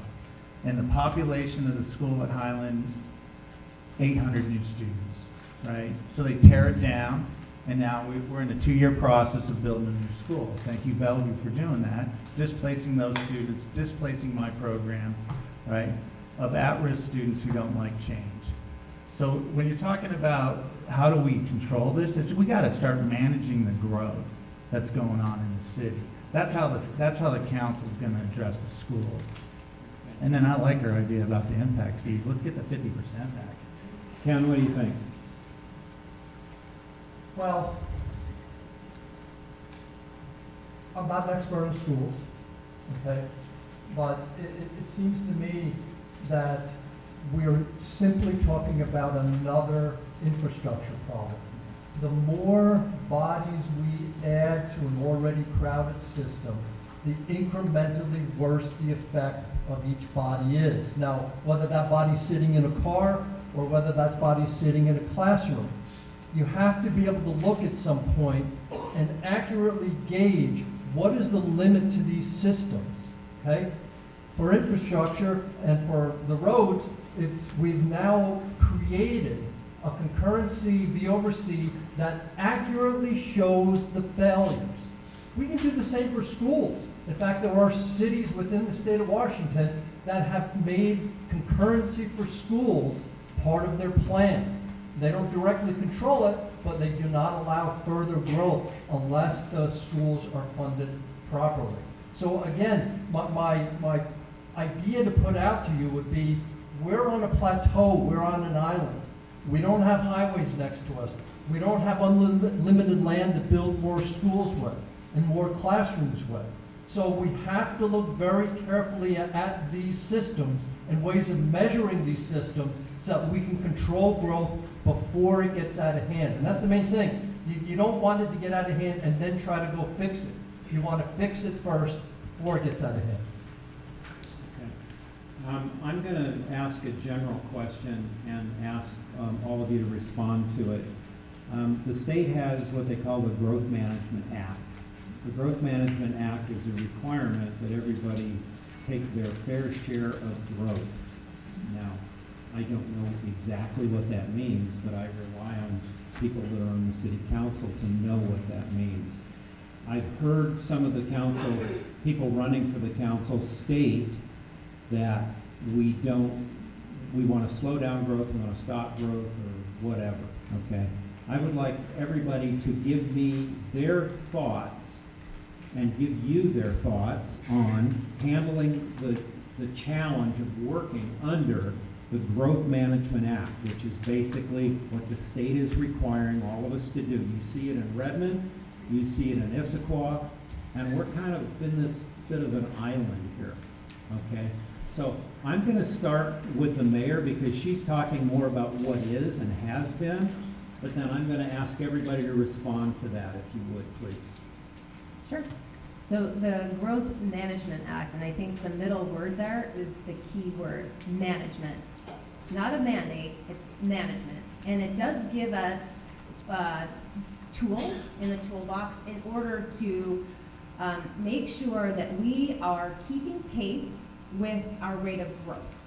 So we've talked about a lot about concurrency, and that is one of the tools in the toolbox that we have. And for 18 years, we had some policy in place that allowed basically for unfettered growth in Sammamish without requiring ourselves to do the work. We have a transportation improvement plan that we are annually required to adopt, and we do, and we fill it with projects. And for 18 years, we haven't done 70% of what we said we were going to do in a 6-year period every single year. It has led to a lag in us keeping pace with the growth that we've had in the city. So the GMA is a tool, and we plan under it. We have to do a comprehensive plan, and we have to do that every 8 years. And that is what guides the city in terms of policy making for the future. So we are still operating under our current comprehensive plan from 2015, and we are creating policy based on that. But we have got to start executing some of the infrastructure projects that we have in it, which is part of the management part of the Growth Management Act. Okay, Rituja, would you want to comment on that? Yeah. So like you mentioned, David, every city has to accept some kind of growth. And as you mentioned, Redmond and Issaquah, they have taken more growth targets. Sammamish is not that city. You know, we are a city, we are almost like an island, and we have to take what feels comfortable to our community. That also means we cannot build a wall around Sammamish and stop our growth. But it has to be managed, and it has to be smart kind of growth that is conducive to our communities, and it fulfills the needs of our communities.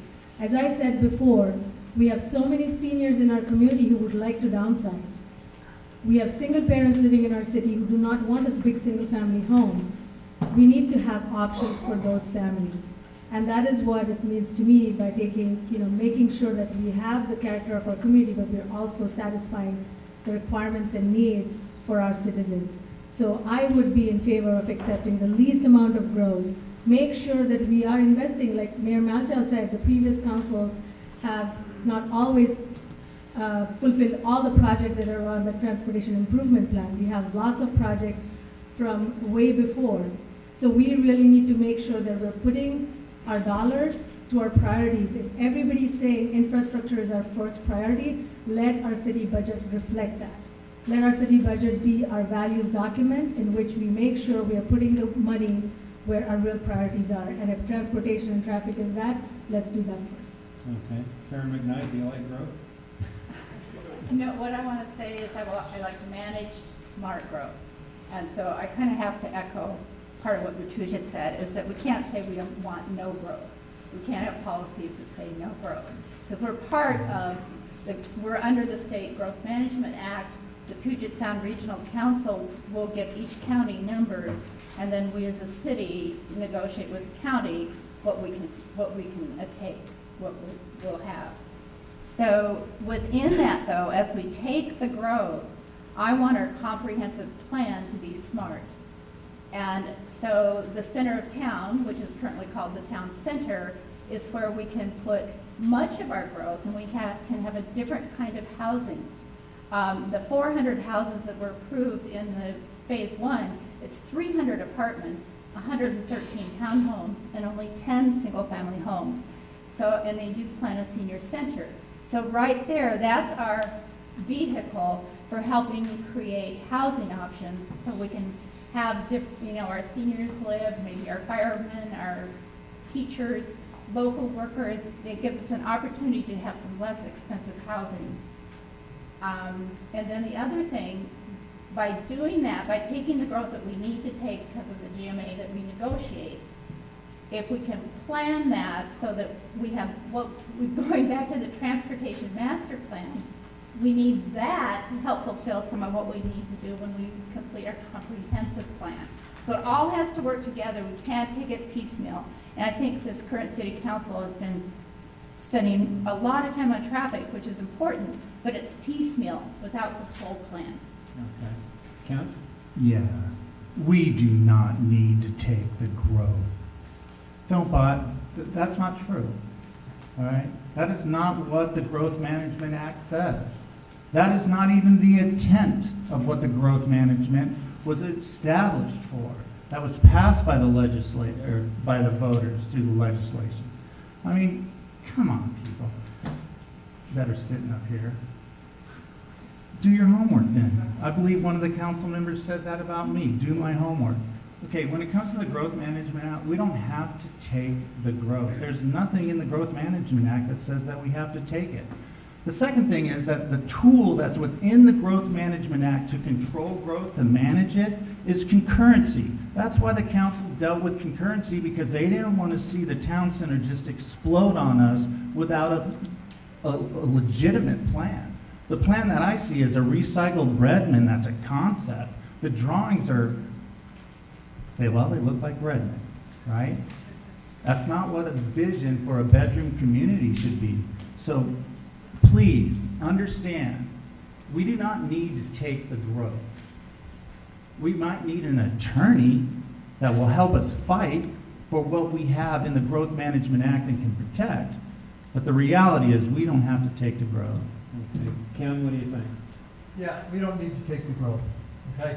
The GMA was specifically put into place to control growth, not to promote growth.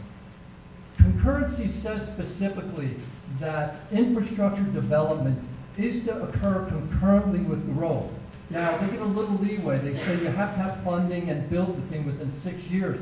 But do you know Sahalee has been on our tip, our traffic improvement plan, for 19 years? Nothing is done.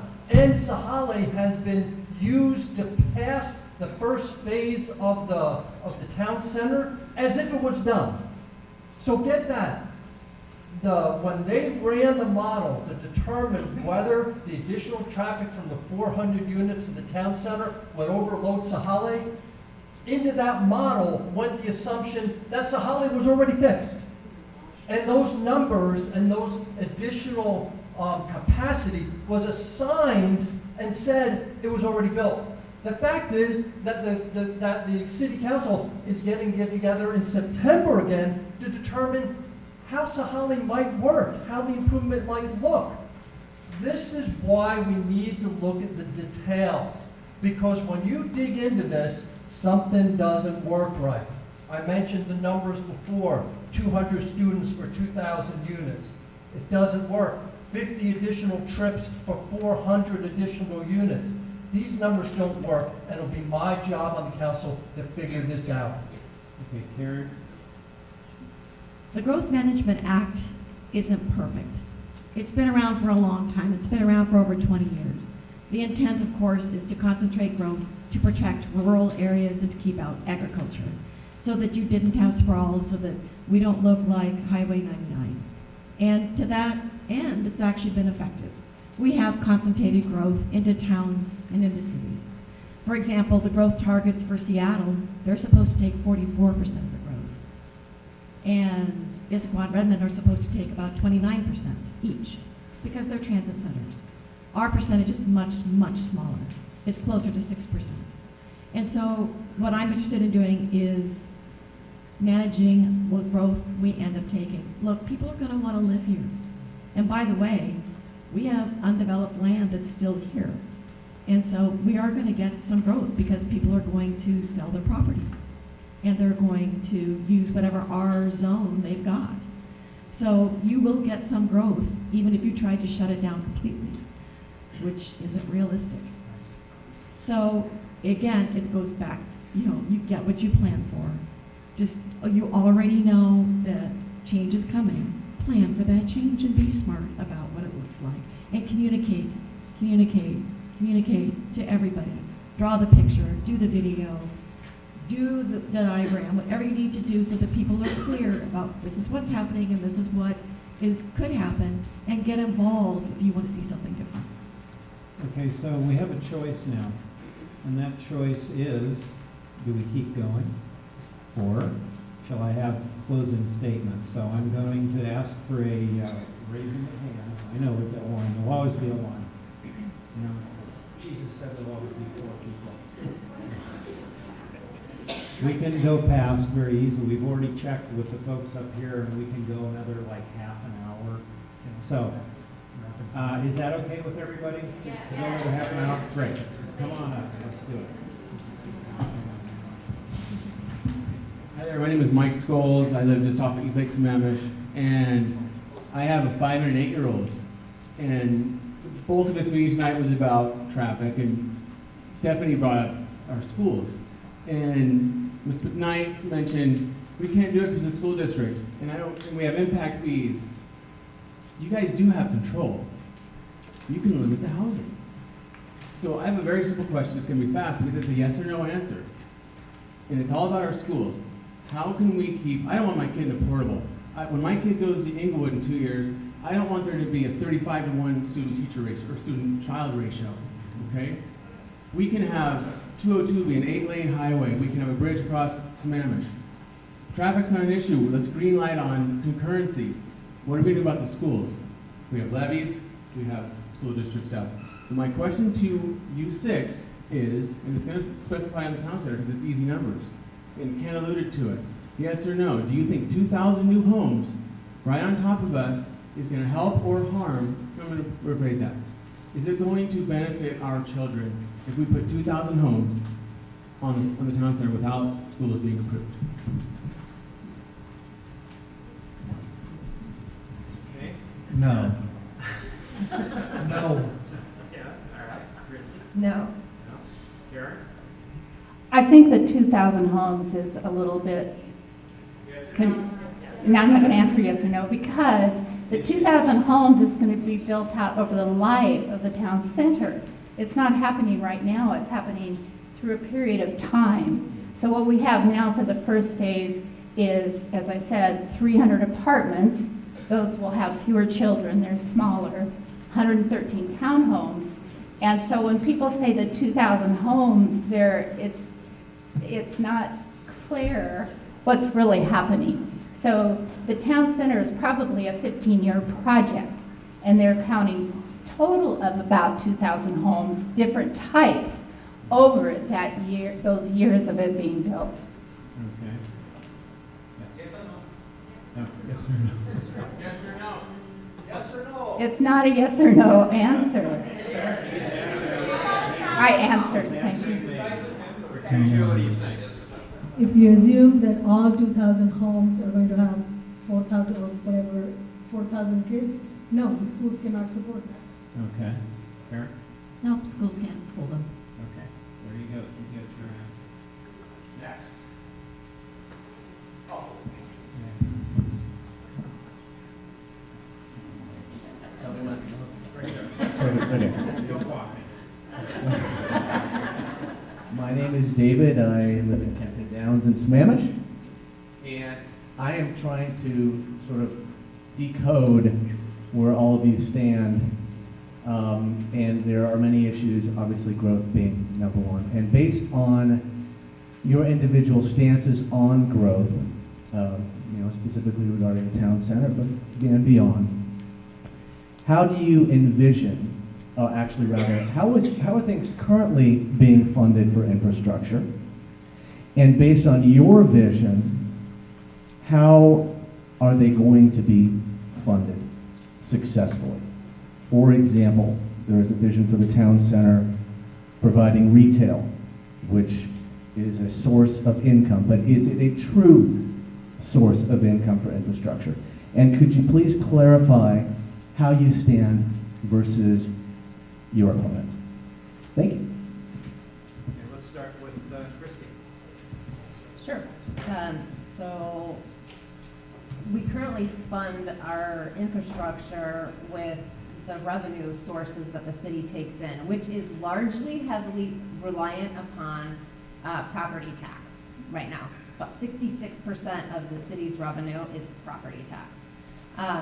When you ask the sales tax question, it's a great question because I keep hearing that, well, if we bring in more retail, then that will help. It will, but only this much, because I think we've estimated around $3 million is what we'll get in sales tax revenue if the town center is built out with the existing 600,000 square feet of commercial spaces to come in there. So REIT is real estate excise tax, and we get, every time someone sells their house, we get REIT, the city does, and we use part of that for our roads. And we are required to have a balanced budget every year, right? We passed our transportation improvement plan, and I think we talked about this earlier, how we don't actually build everything on it. We have an $88 million shortfall currently on our transportation improvement plan. This is assuming we actually build everything that's on it, which has not historically been what we do. But we have to prioritize, and that is key for making sure that we don't have to find additional revenue sources, but can still do projects. And part of it is paid by developers as well. The impact fees for schools, we also collect them for parks, and we collect them for roads. We have the highest impact fees in the state. The problem is we never bothered to spend them, and they don't go very far. We are going to use up all of our existing impact fees between Issaquah Falls City Road and Southeast 4th, and we will have this much left. Okay, for the sake of expediency here, it was more of a factual question. I think the mayor was probably the one to answer it the best. Is everybody okay with that? Yep. Okay, so let's go. I don't, I think I would question that. I'm sorry. Okay. I don't think you are correct. Okay, what am I? I think there are some real differences in terms of how infrastructure is going to be funded between the two camps of thought for the road. There's a heavy reliance on development for funding, if I understand correctly as well. So if we halt development, is that an issue regarding funding infrastructure? Okay. So, can I follow up on his question here? Because if I'm supposed to repeat the question, I apologize. If we, for example, if we halt development, what are we going to face a pitfall in terms of funding? So it's always possible you can find a pitfall in funding, but what I will say is for a single family house, we're collecting about $14,000 per house that's built in impact fees that we can use for that purpose. $14,000 doesn't pay much of anything. When you talk about sidewalks, we built a sidewalk in the city of Sammamish that stretched about a block. It was $500,000. So that's why I said our impact fees do not go very far. They are gone on Issaquah Falls City Road and Southeast 4th. We do not have any impact fees after we do that, and we plan for Issaquah Pine Lake Road. They're gone. They don't go very far. And you pay lower impact fees for apartments and for multifamily dwelling units, which case those homes that are in the town center that are not single-family houses are not going to pay $14,000. They're going to pay less. Okay, so Ken, you had a comment? So I think the question you're asking, and I'll address your follow-up question, is the question that I hear quite a bit. Does growth pay for growth? Do you need to continue development, and oh my God, if development stops, we'll suddenly run out of money and everything will come crashing down? Christie alluded to the fact that growth does not pay for growth. If growth paid for growth, we would have hundreds of millions of dollars in the bank to pay for all this deferred infrastructure work and road improvement work that we don't have now. So every time we build a new house in Sammamish, every time a new home is built, you, the citizens, every single one of you, incurs a cost that's a deferred cost to improve our infrastructure that house will need to become a part of the city. Roads and stormwater improvements and sewer improvements. All these things need to be paid for. New house does not pay for that. We pay a subsidy to every single new house. So if development was to stop tomorrow, we would actually be in better shape dollar-wise to fix our infrastructure than we would if we added another 2,000 homes. 2,000 homes, $20,000 each one, we're in the whole $40 million each one. So we have to be aware growth does not pay for growth. We do not need continued development to pay for our infrastructure improvements of the past and future. Did that make more sense? Okay, let's start with this question. I'd just like to say, though, as town center is developed and we have more commercial, we have the extra tax base of the commercial property. When we have multi-unit, when we have apartment buildings, that pays a higher tax, property tax. Right now, the big concern is that 90% of our city income is from homeowner property taxes. So we need to diversify our taxes. And the sales tax, right now, it's our second highest source of income. So people say, well, it's not that much. Well, right now, it's our second highest income in this city. So once we have the development, and the development pays for a good percentage of growth. When the neighborhoods are built, after they're built, the developer transfers those roads and cities and the stormwater drains that they build and the sewers to the city. And also, they are required a lot of times to improve the road along their development. So that does accomplish a lot of it. And if we don't have construction, we don't have the tax from the construction work that happens. And there also, as we take growth, one of the controls through the Growth Management Act is when we take a certain percentage of growth, that allows us we can apply for grants. So if we say, nope, we're not taking growth, we don't get grants. Yeah, right. So we get grants. You can get grants. It would seem to me that the solution would be to turn Sammamish into a giant retirement community with no kids and no cars. Yeah, you walk down the stairs. Can we just add another golf course? Yes, sir. My name is Fabian, and I live in Sahalee Country Club. Excuse me. I've been in the field of traffic engineering, transportation planning for more than 25 years, and I've been working for different cities. So I'm quite familiar with all the discussions that you've had tonight. I want to make some observation and maybe some education. Mayor brought up most of you brought up the issue of concurrency. Concurrency is defined as doing concurrent. So if you add a trip to the system, you increase the capacity of your network to compensate for added trips. So if you assume that that is the direction that you go, because that is, in a way, a mandate based on the growth management act, that the local jurisdiction have to stay concurrent. And if you assume that this is the definition of concurrency, so you have to have a parallel increase in capacity to absorb the additional trip that the developer generates. Now translate that into the system that we have in here. And assume for the sake of discussion, use the Sahalee Shopping Center at the corner of Inglewood and 228 as the center, geographically north-south, as the center of the city, and draw the line. I've been the resident of Sahalee, even I came in here in 1999 before the incorporation, and actually was very much involved in the incorporation discussion. Back then, 228, south of the Sahalee Shopping Center was single lane. In the last 20 years, the capacity doubled. What happened to Sahalee Way north of that? Capacity stayed the same. We added so much of traffic to the north, and one of the candidates brought up the issue of 20,000. I believe, Mayor, I don't know if you brought it or who brought it up.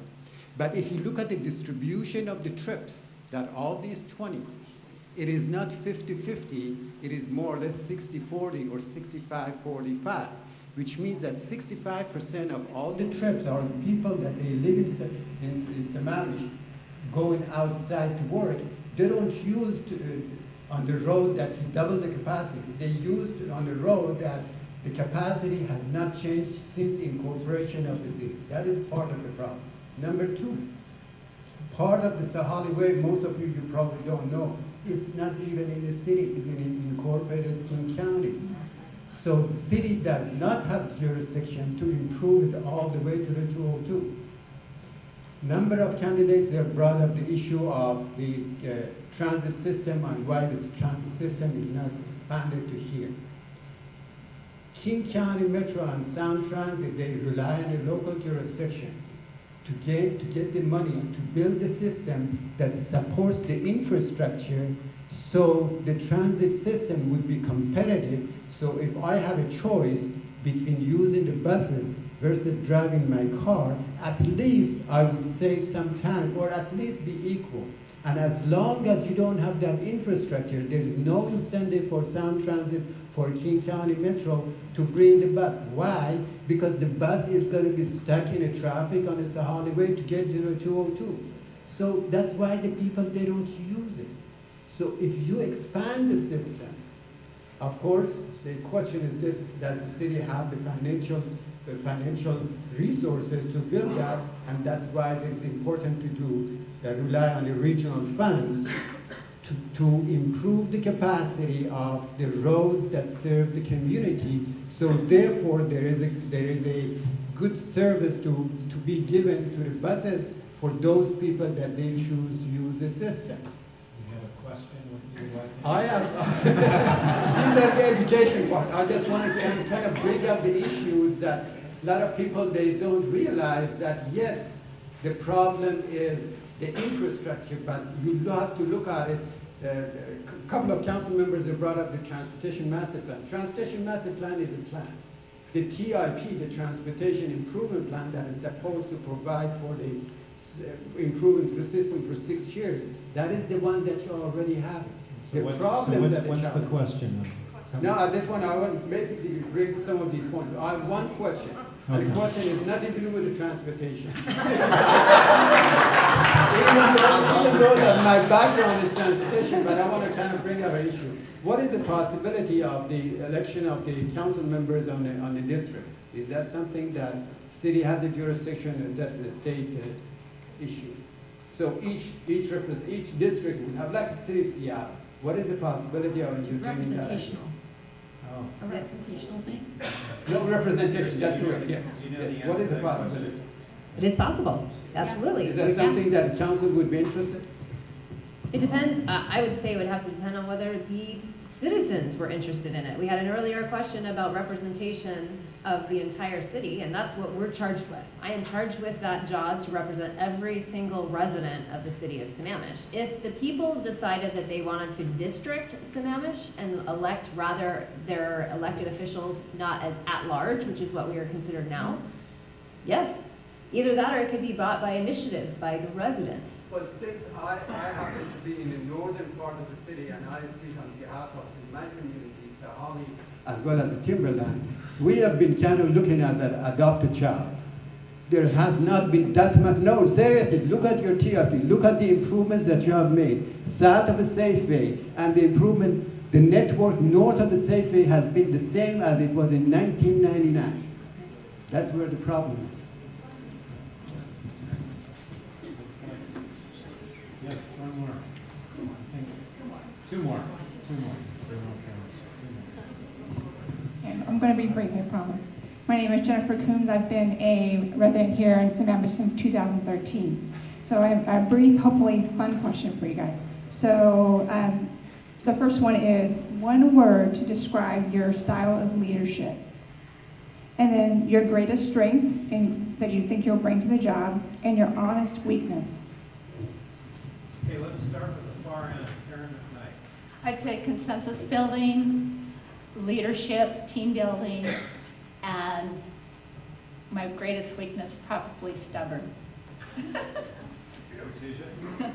I am a listener, that's my style of leadership. I listen to everybody, and then take a decision that's in the best interest of the public good. And my weakness, I would say, is, again, I'm very detail-oriented and a hard worker. One word to describe myself, I am determined. My greatest strength, I am determined. My greatest weakness, I hate to say no. Yeah.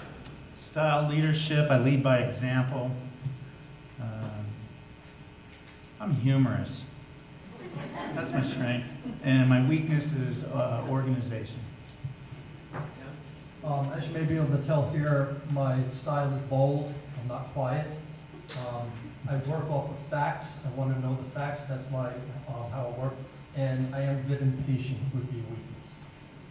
And Karen. In terms of leadership, I am inclusive. In terms of strengths, I'm data-driven. And in terms of weakness, oh, I've got a couple. It's so hard to pick. They're terrible sense of direction. But I would say that I am optimistic at times to a fault. I can believe that I can find a way. Absolutely find a way. Okay, thank you very much. One last one.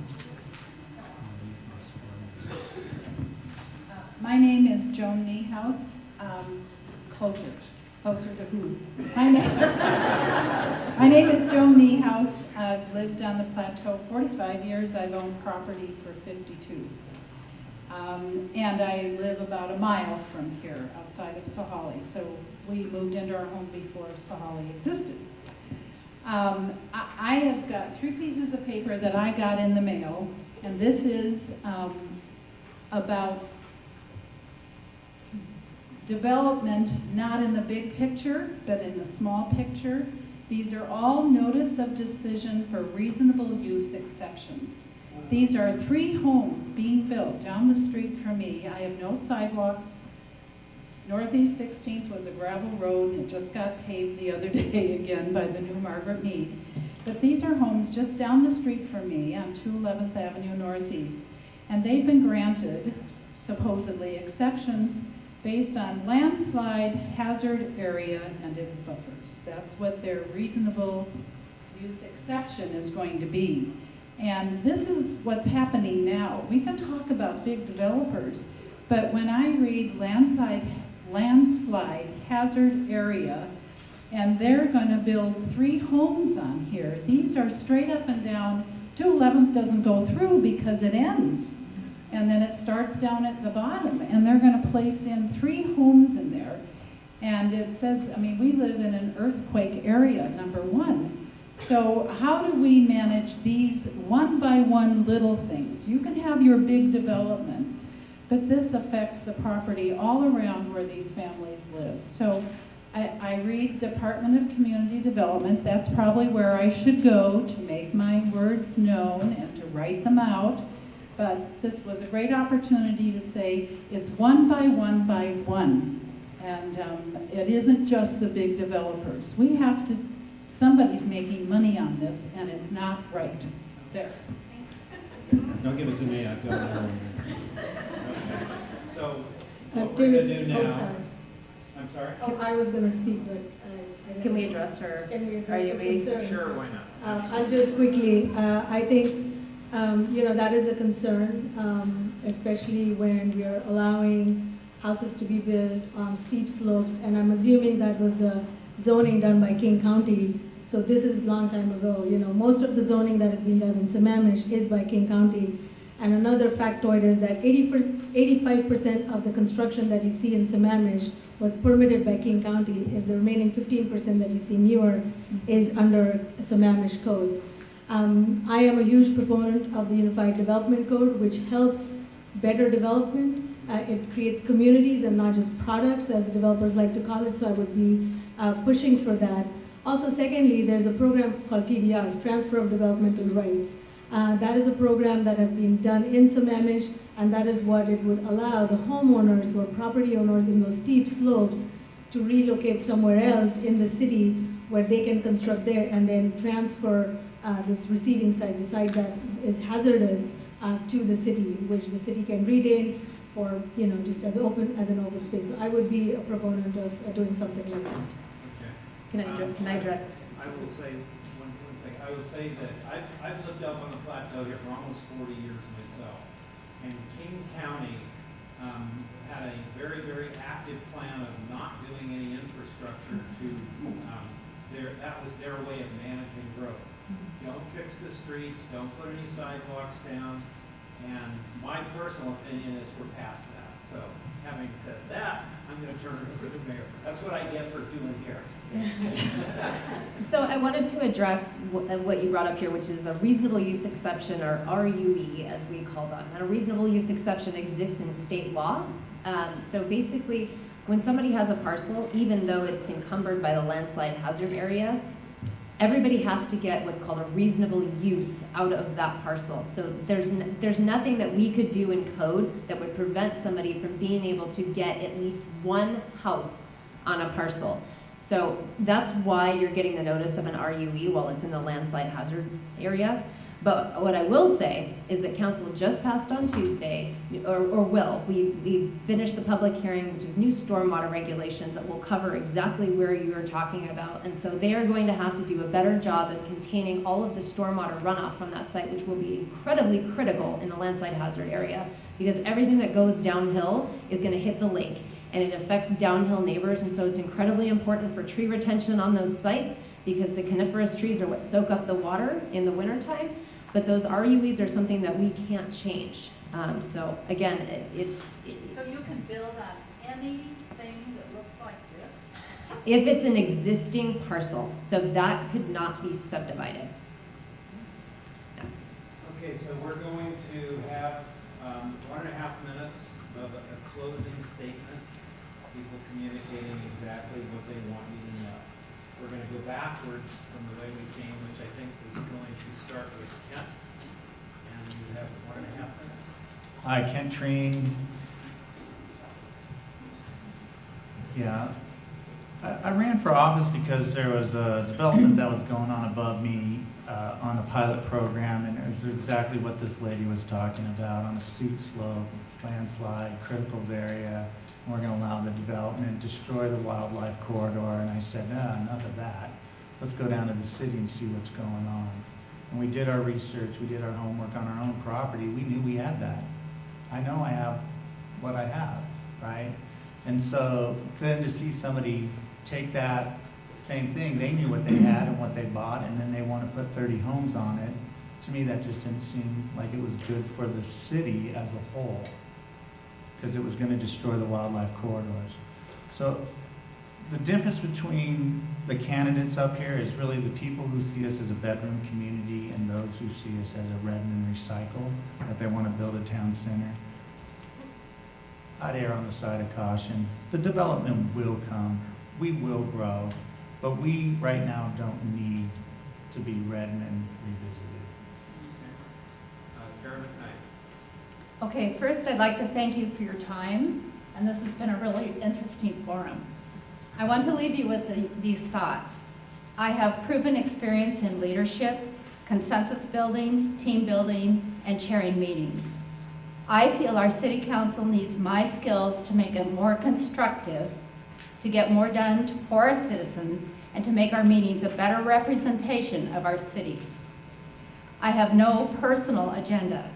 I just want to serve this city that has been my home for 39 years. I see its potential, and I've been very disappointed the last few years at the lack of progress. I feel nothing has been accomplished except spending over $1 million on redundant traffic studies. The council voting bloc has spent too much time in the weeds and doesn't have a vision for our city.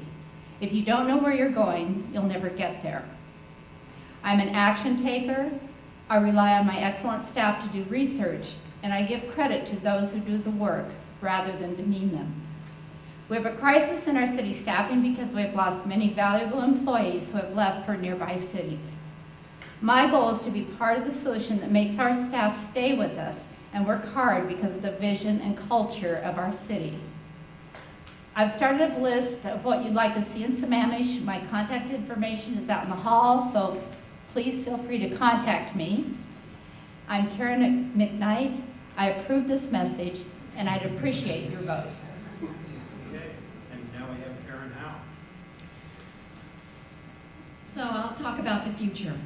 I envision a community where no matter where you live or who you are, you can enjoy living in a place that's healthy, prosperous, and resilient.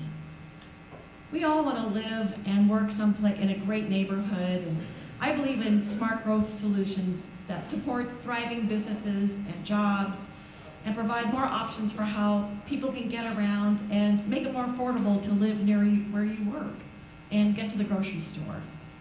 We can improve lives by improving our community. At the heart of my vision for this future is the simple hope that each of us can choose to live in a neighborhood that's beautiful and affordable, and one in which it's easy to get around, and we can create a healthy community with strong local businesses, schools and shops nearby, and transportation options. There's ways to do this, and it's simple adoption of planful thinking, mixed-use land, compact design, a range of housing options. We should foster distinctive, attractive communities with a strong sense of place, provide a variety of transportation options, make development decisions, to your point earlier, that are predictable, fair, and cost-effective, and encourage community collaboration and development and decisions so that nobody is caught unawares or feels that something snuck up on them somehow. So I'm Karen Howe for position 4, and I would be honored to get your vote. Okay, thank you. Christie? Sammamish is a beautiful, growing, and diverse community. With growth comes the need to keep pace via capital and service enhancements to preserve our quality of life. I will continue to listen to concerns, implementing tangible changes to complex issues. I will continue to serve as your advocate at City Hall and dutifully manage our finances. I will continue elevating environmental concerns, work with our regional partners, and advocate for all residents in Sammamish to ensure our future creates the best community possible. I am committed to the highest level of communication and interaction with residents, thoughtful consideration for our community's character, providing enhancements to meet our community's needs while listening and working with everyone who loves and cares about Sammamish. This election is a clear choice for residents. Deploy the resources of the Growth Management Act, which gives us the power to provide adequate support for development, or pretend that it's the Growth Mandate Act, and continue to tie our own hands and recycle excuses from the past as to why we can't invest to support the growth. This degrades our quality of life. As an elected official, I have served for 3.5 years on the Public Issues Committee, and I'm currently serving as the vice chair for this committee, which is the Sound Cities Association. I serve on the Domestic Violence Regional Task Force for King County. I am an alternate to the Puget Sound Regional Council's Executive Board. I am a small business owner here in Sammamish. I served on the Issaquah School District's Bond Feasibility Committee. I am a parent, I am a wife, and I am a volunteer. On November 5th, I ask for your vote to preserve our quality of life here in Sammamish. Thank you. Thank you all for being so patient and a great audience. If you would indulge me, I would like you to envision this Sammamish. Consider 10 years from now. The streams, the lake, the wetlands, and the open spaces that brought you here are thriving. The urban forest canopy has grown from 48% to just over 50%. The kokanee in the streams outnumber the people in the city of Sammamish. Congestion has declined to a manageable level. We have a great senior center. We have spaces for our kids to hang out after school. That is the vision I have for Sammamish. And I've heard from more than 3,500 people of you that this is the Sammamish you would like to continue to live in. You have a choice. You have a choice to elect somebody with a deep legal background, with deep roots in the community, who has served the community, who will reach across the aisle, bring consensus, and has experience working on policy, and whom you trust to maintain the quality of life and get results. I have been endorsed by hundreds of Sammamish residents, by the Sierra Club, and the Washington State Conservation Voters. My name is Rituja Indapure. I'm running for position 6, and I'd be honored to earn your vote. Thank you. So thanks for coming, everybody. So I'll give you a couple of facts you may not know. Sammamish is consistently ranked as one of the best cities in the entire United States. We are ranked in the top 3 safest cities in Washington, one of the most educated cities in Washington. We're ranked number 2 on the list of the best places to raise a family, and our amazing schools are ranked number 3 in the state. And we all get to live here. It's a wonderful place. But this is changing. If we continue to build and develop as we have done in the last few years, building thousands of new homes, allowing the clear cutting of our beautiful green spaces, and allowing traffic, increasing traffic, to take away from our time with our families and friends, without building the appropriate infrastructure, then we are going to damage this Sammamish that we know irreparably. It's not reversible when the houses are built. Listen, I don't have all the answers to the traffic problems right now in Sahalee or anywhere else, but I do have the next best thing. I know how to stop the damage from occurring. Let's talk to everyone. Let's work with everyone. Let's get input from the best minds. Let's find solutions to our traffic, school, and infrastructure. But for goodness sakes, while we're in the process of solving these sticky problems, let's stop making the problems worse by keeping to build. The more houses we build, the more problems we have. Let's pause the residential construction, find and implement the solutions, then we can look at further development. Thank you so much. Ken Gamblin. We're going to have a wrap-up comment by Renee.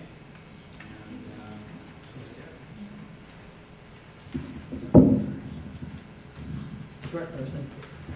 So I want to thank everybody for staying and just looking around the room. Everybody was very interested all night. So I want to thank the residents that had questions. I want to thank the other residents that listened and took notes. So thank you very much. I want to extend a warm thank you to all of our candidates.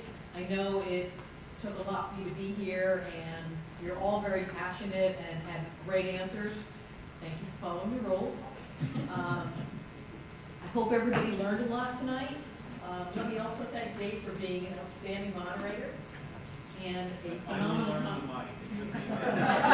Lauren for being a phenomenal timer. As a thank you for the candidates, I have some party gifts. So, anybody have any last questions? Everybody go, go.